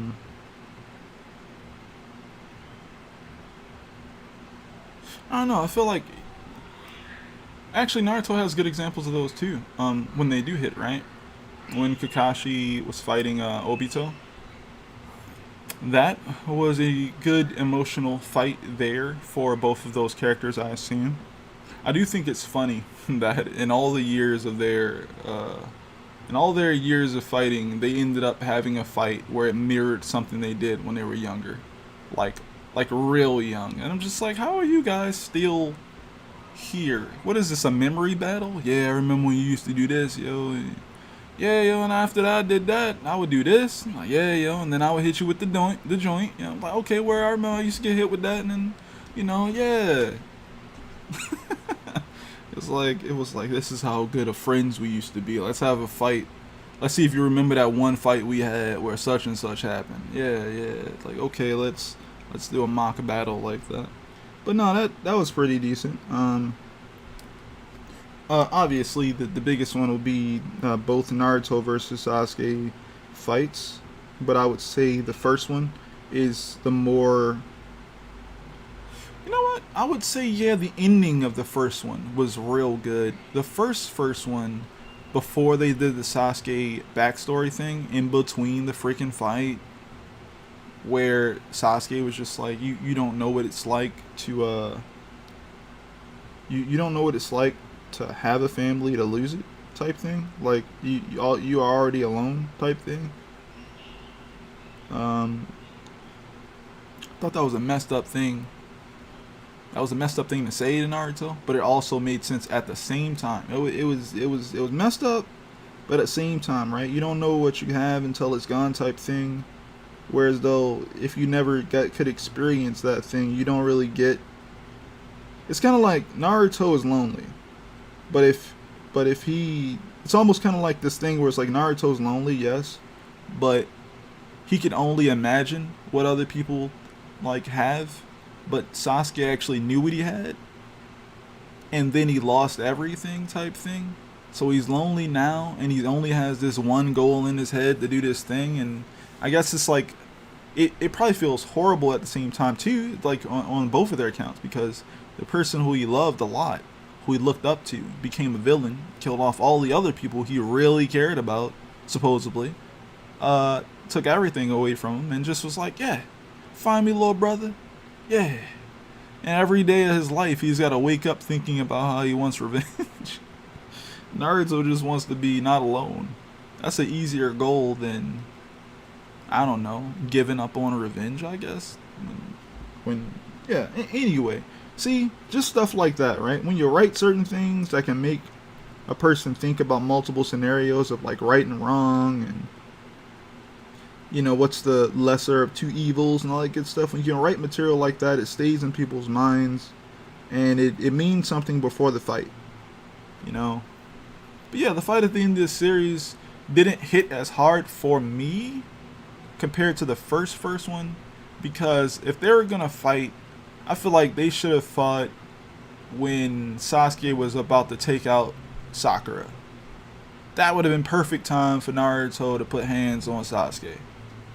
But the fact that the story or the plot drove all the way up until after the whole Kaguya, the whole Madara, then the Kaguya stuff, the Obito stuff, all the way to the literal end, and then they fight. I was just like, it more so feels like a checkpoint has been reached. More like you wrote it down on paper. Like this has to happen, and then this has to happen, and then that has to happen. It didn't feel like that actually needed to happen. It's just something that the person who wrote the story wanted to happen at the end, and they went ahead and went about it. And choreography wise, yeah, it was good. You know, it had some emotional weight, but at the same time, it felt like it should have happened before the end. If that makes any sense. And that's the funny part, right? If we're talking about stuff like that, right? It makes me think of like, okay, if there is something that narratively makes sense to happen in a certain time period in the story, and then you also have something else that's supposed to happen, you go, well, what's the most important thing that's supposed to happen in this series, right? Is Sasuke versus Naruto more important than the Ninja War? Which one's more important?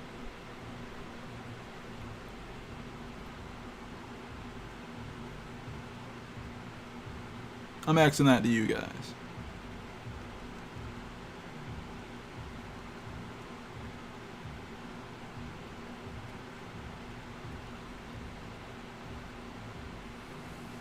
Because,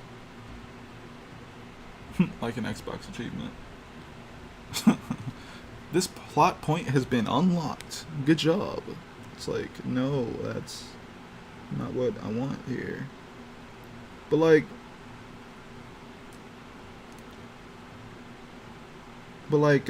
for me, Sasuke versus Naruto is not as big as the Ninja War.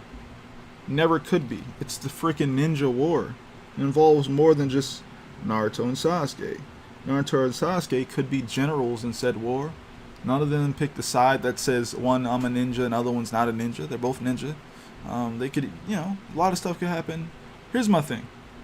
If Sasuke and Naruto, if I would have wrote it, right, which I didn't, and I'm not as skilled as Kishimoto, right, cool, alright, as long as we got that out the way and whatever, cool.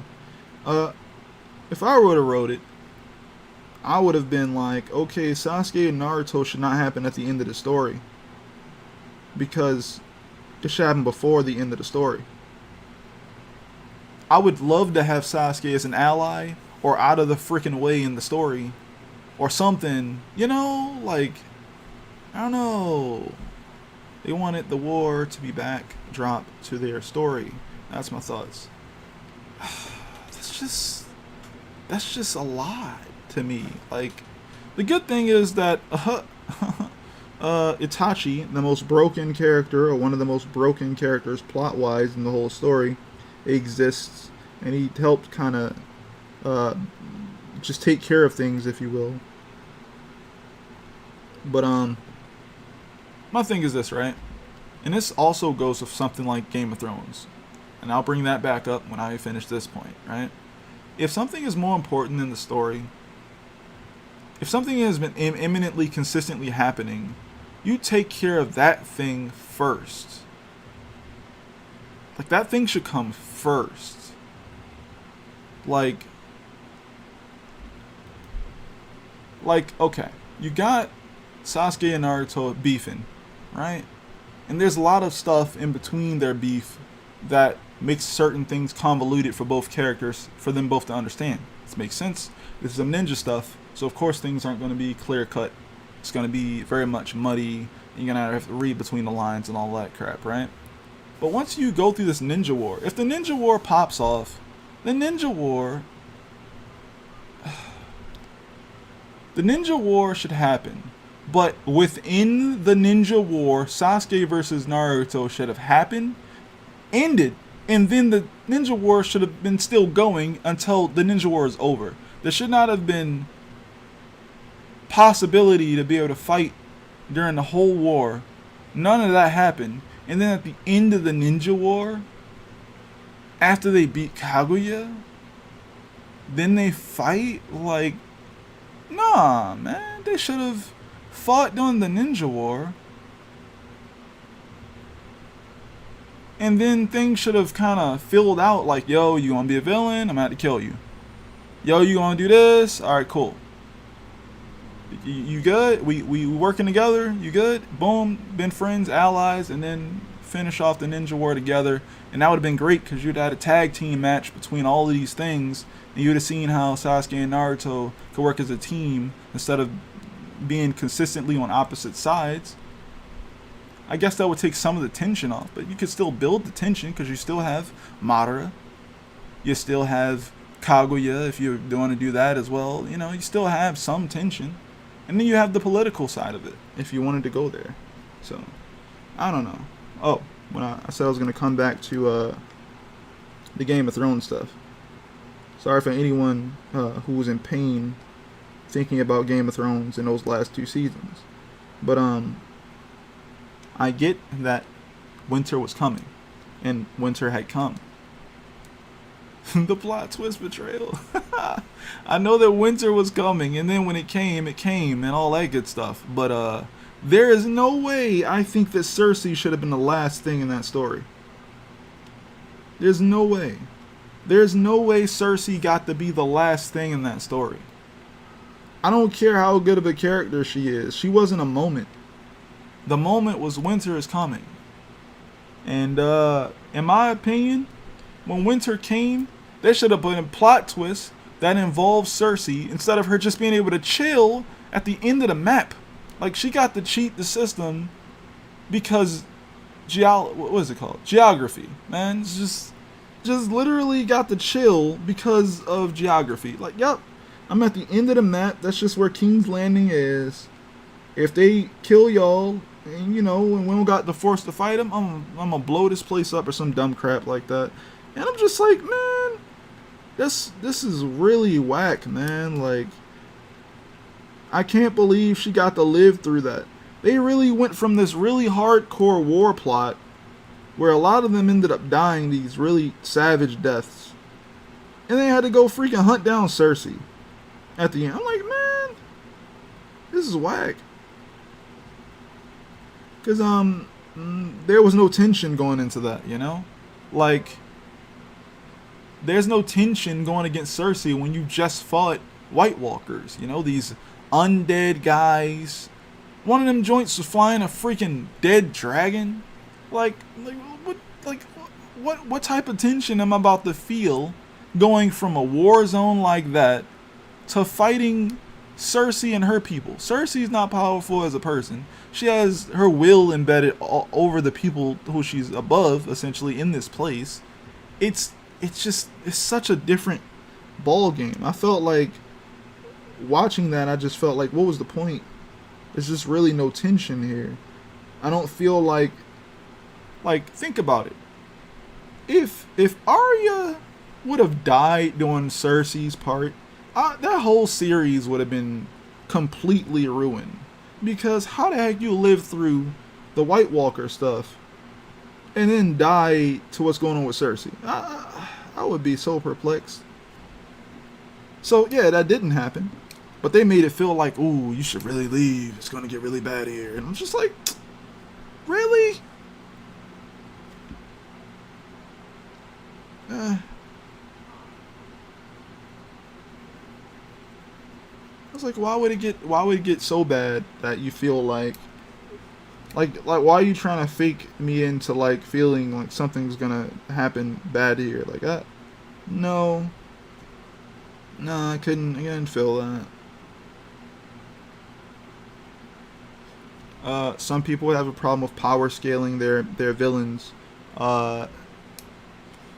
I would say Game of Thrones and Naruto have a sort of thing where like they kind of made more of a moment out of something that didn't need to be such a big deal in the end.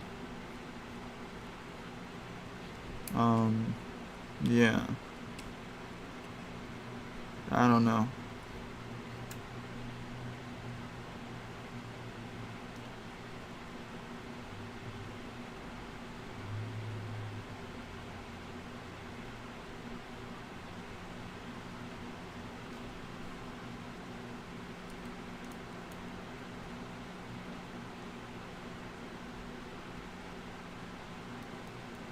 Oh, this guy's really looking low rough here.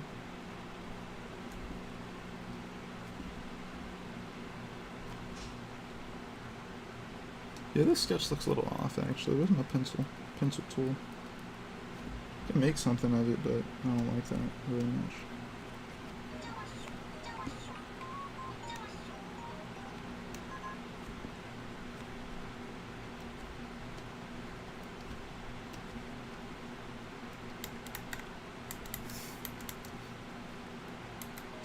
Actually, let me get the pen.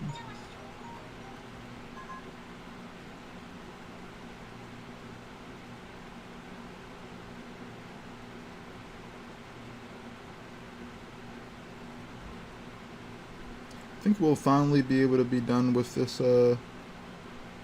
this storyboarding of this chapter itself this week. So make sure you guys tune in for that. I feel like I've been going a little bit slow at it recently, but I'm slightly okay with that because you guys get to see more of that process, and I guess I'm getting more natural at talking about things with you guys. So just being genuinely open to you guys about it.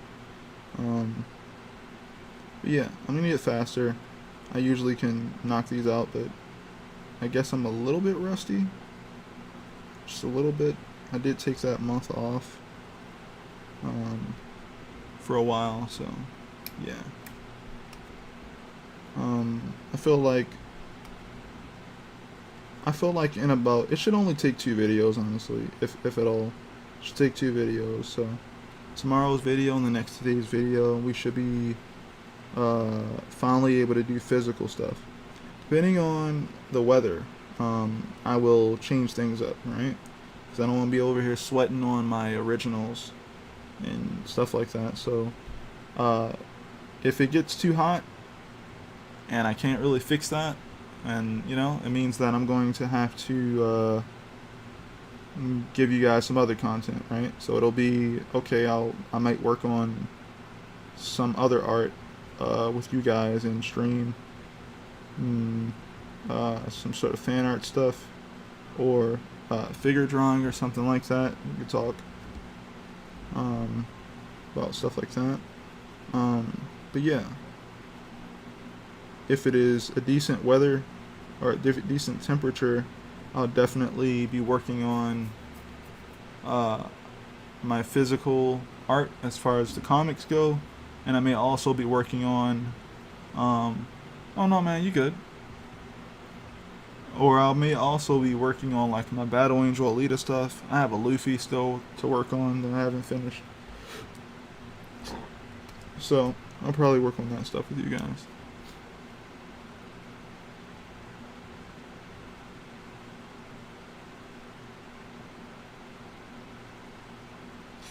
Those little ones too.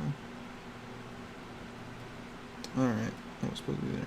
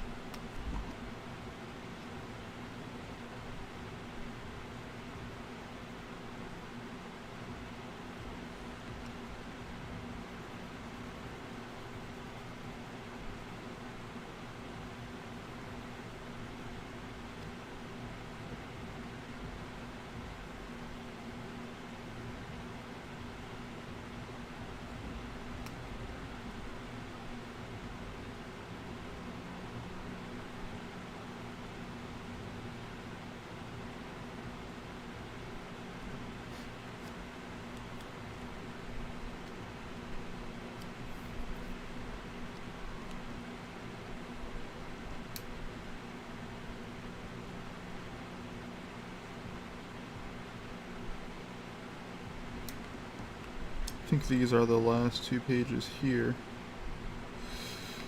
other than the ones that I'm working on now, as far as like character art and stuff like that.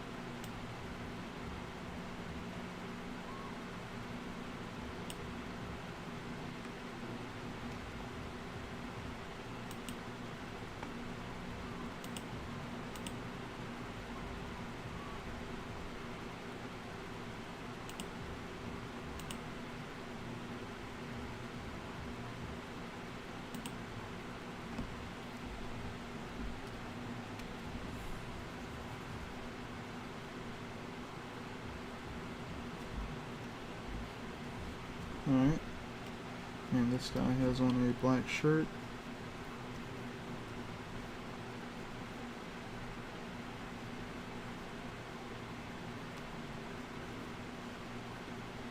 So this part of his sleeve.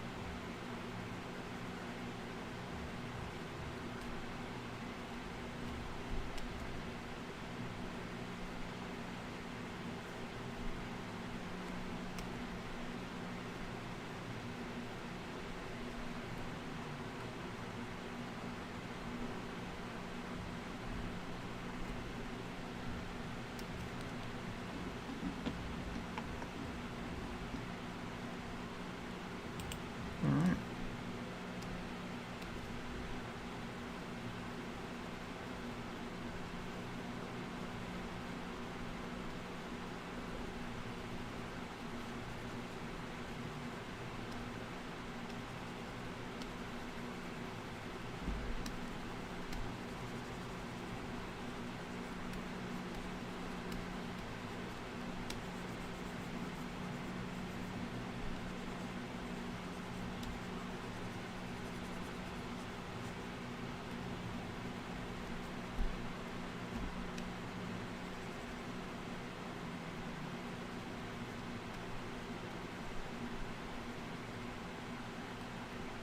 Aha.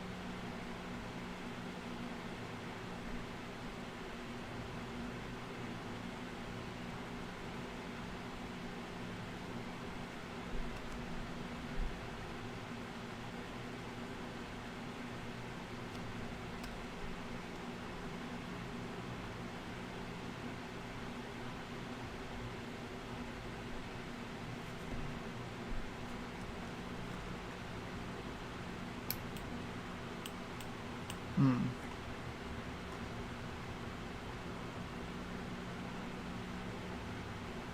Okay, so I have a little bit more to do on these 2 pages here, but yeah, we'll be able to work on that tomorrow.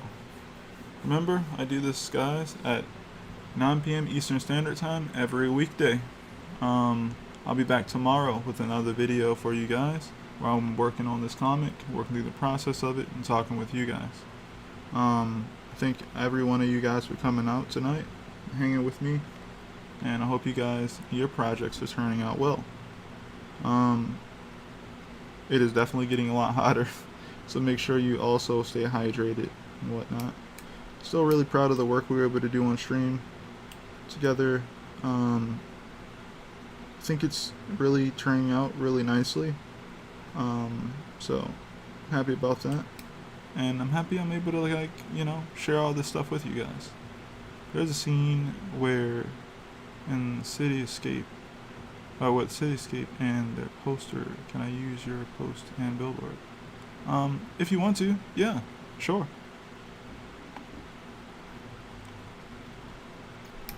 Yeah, well, I'm liking how this stuff is turning out. It's decent. I'm gonna make it even better as time goes on. But yeah, it'll only take me 2 videos to kind of get the progress that I want before, like, I think we can start working on, like, the sound effects, right? So yeah. Thank you guys again for coming through. I will see you guys tomorrow. Be sure to come through and hang out if you like to. Also subscribe. And I guess the last thing I'll say is my series, The Divinity, is now on Webtoon. I'll be producing 5 pages a week, uploading on Sunday, every single week. So yeah, be sure to go check that out and also subscribe to the channel if you haven't already. I'm Altrodesi, and I'm out. Peace, everyone. Okay, then, ballpoint. I'll check that out. Bye-bye, everyone.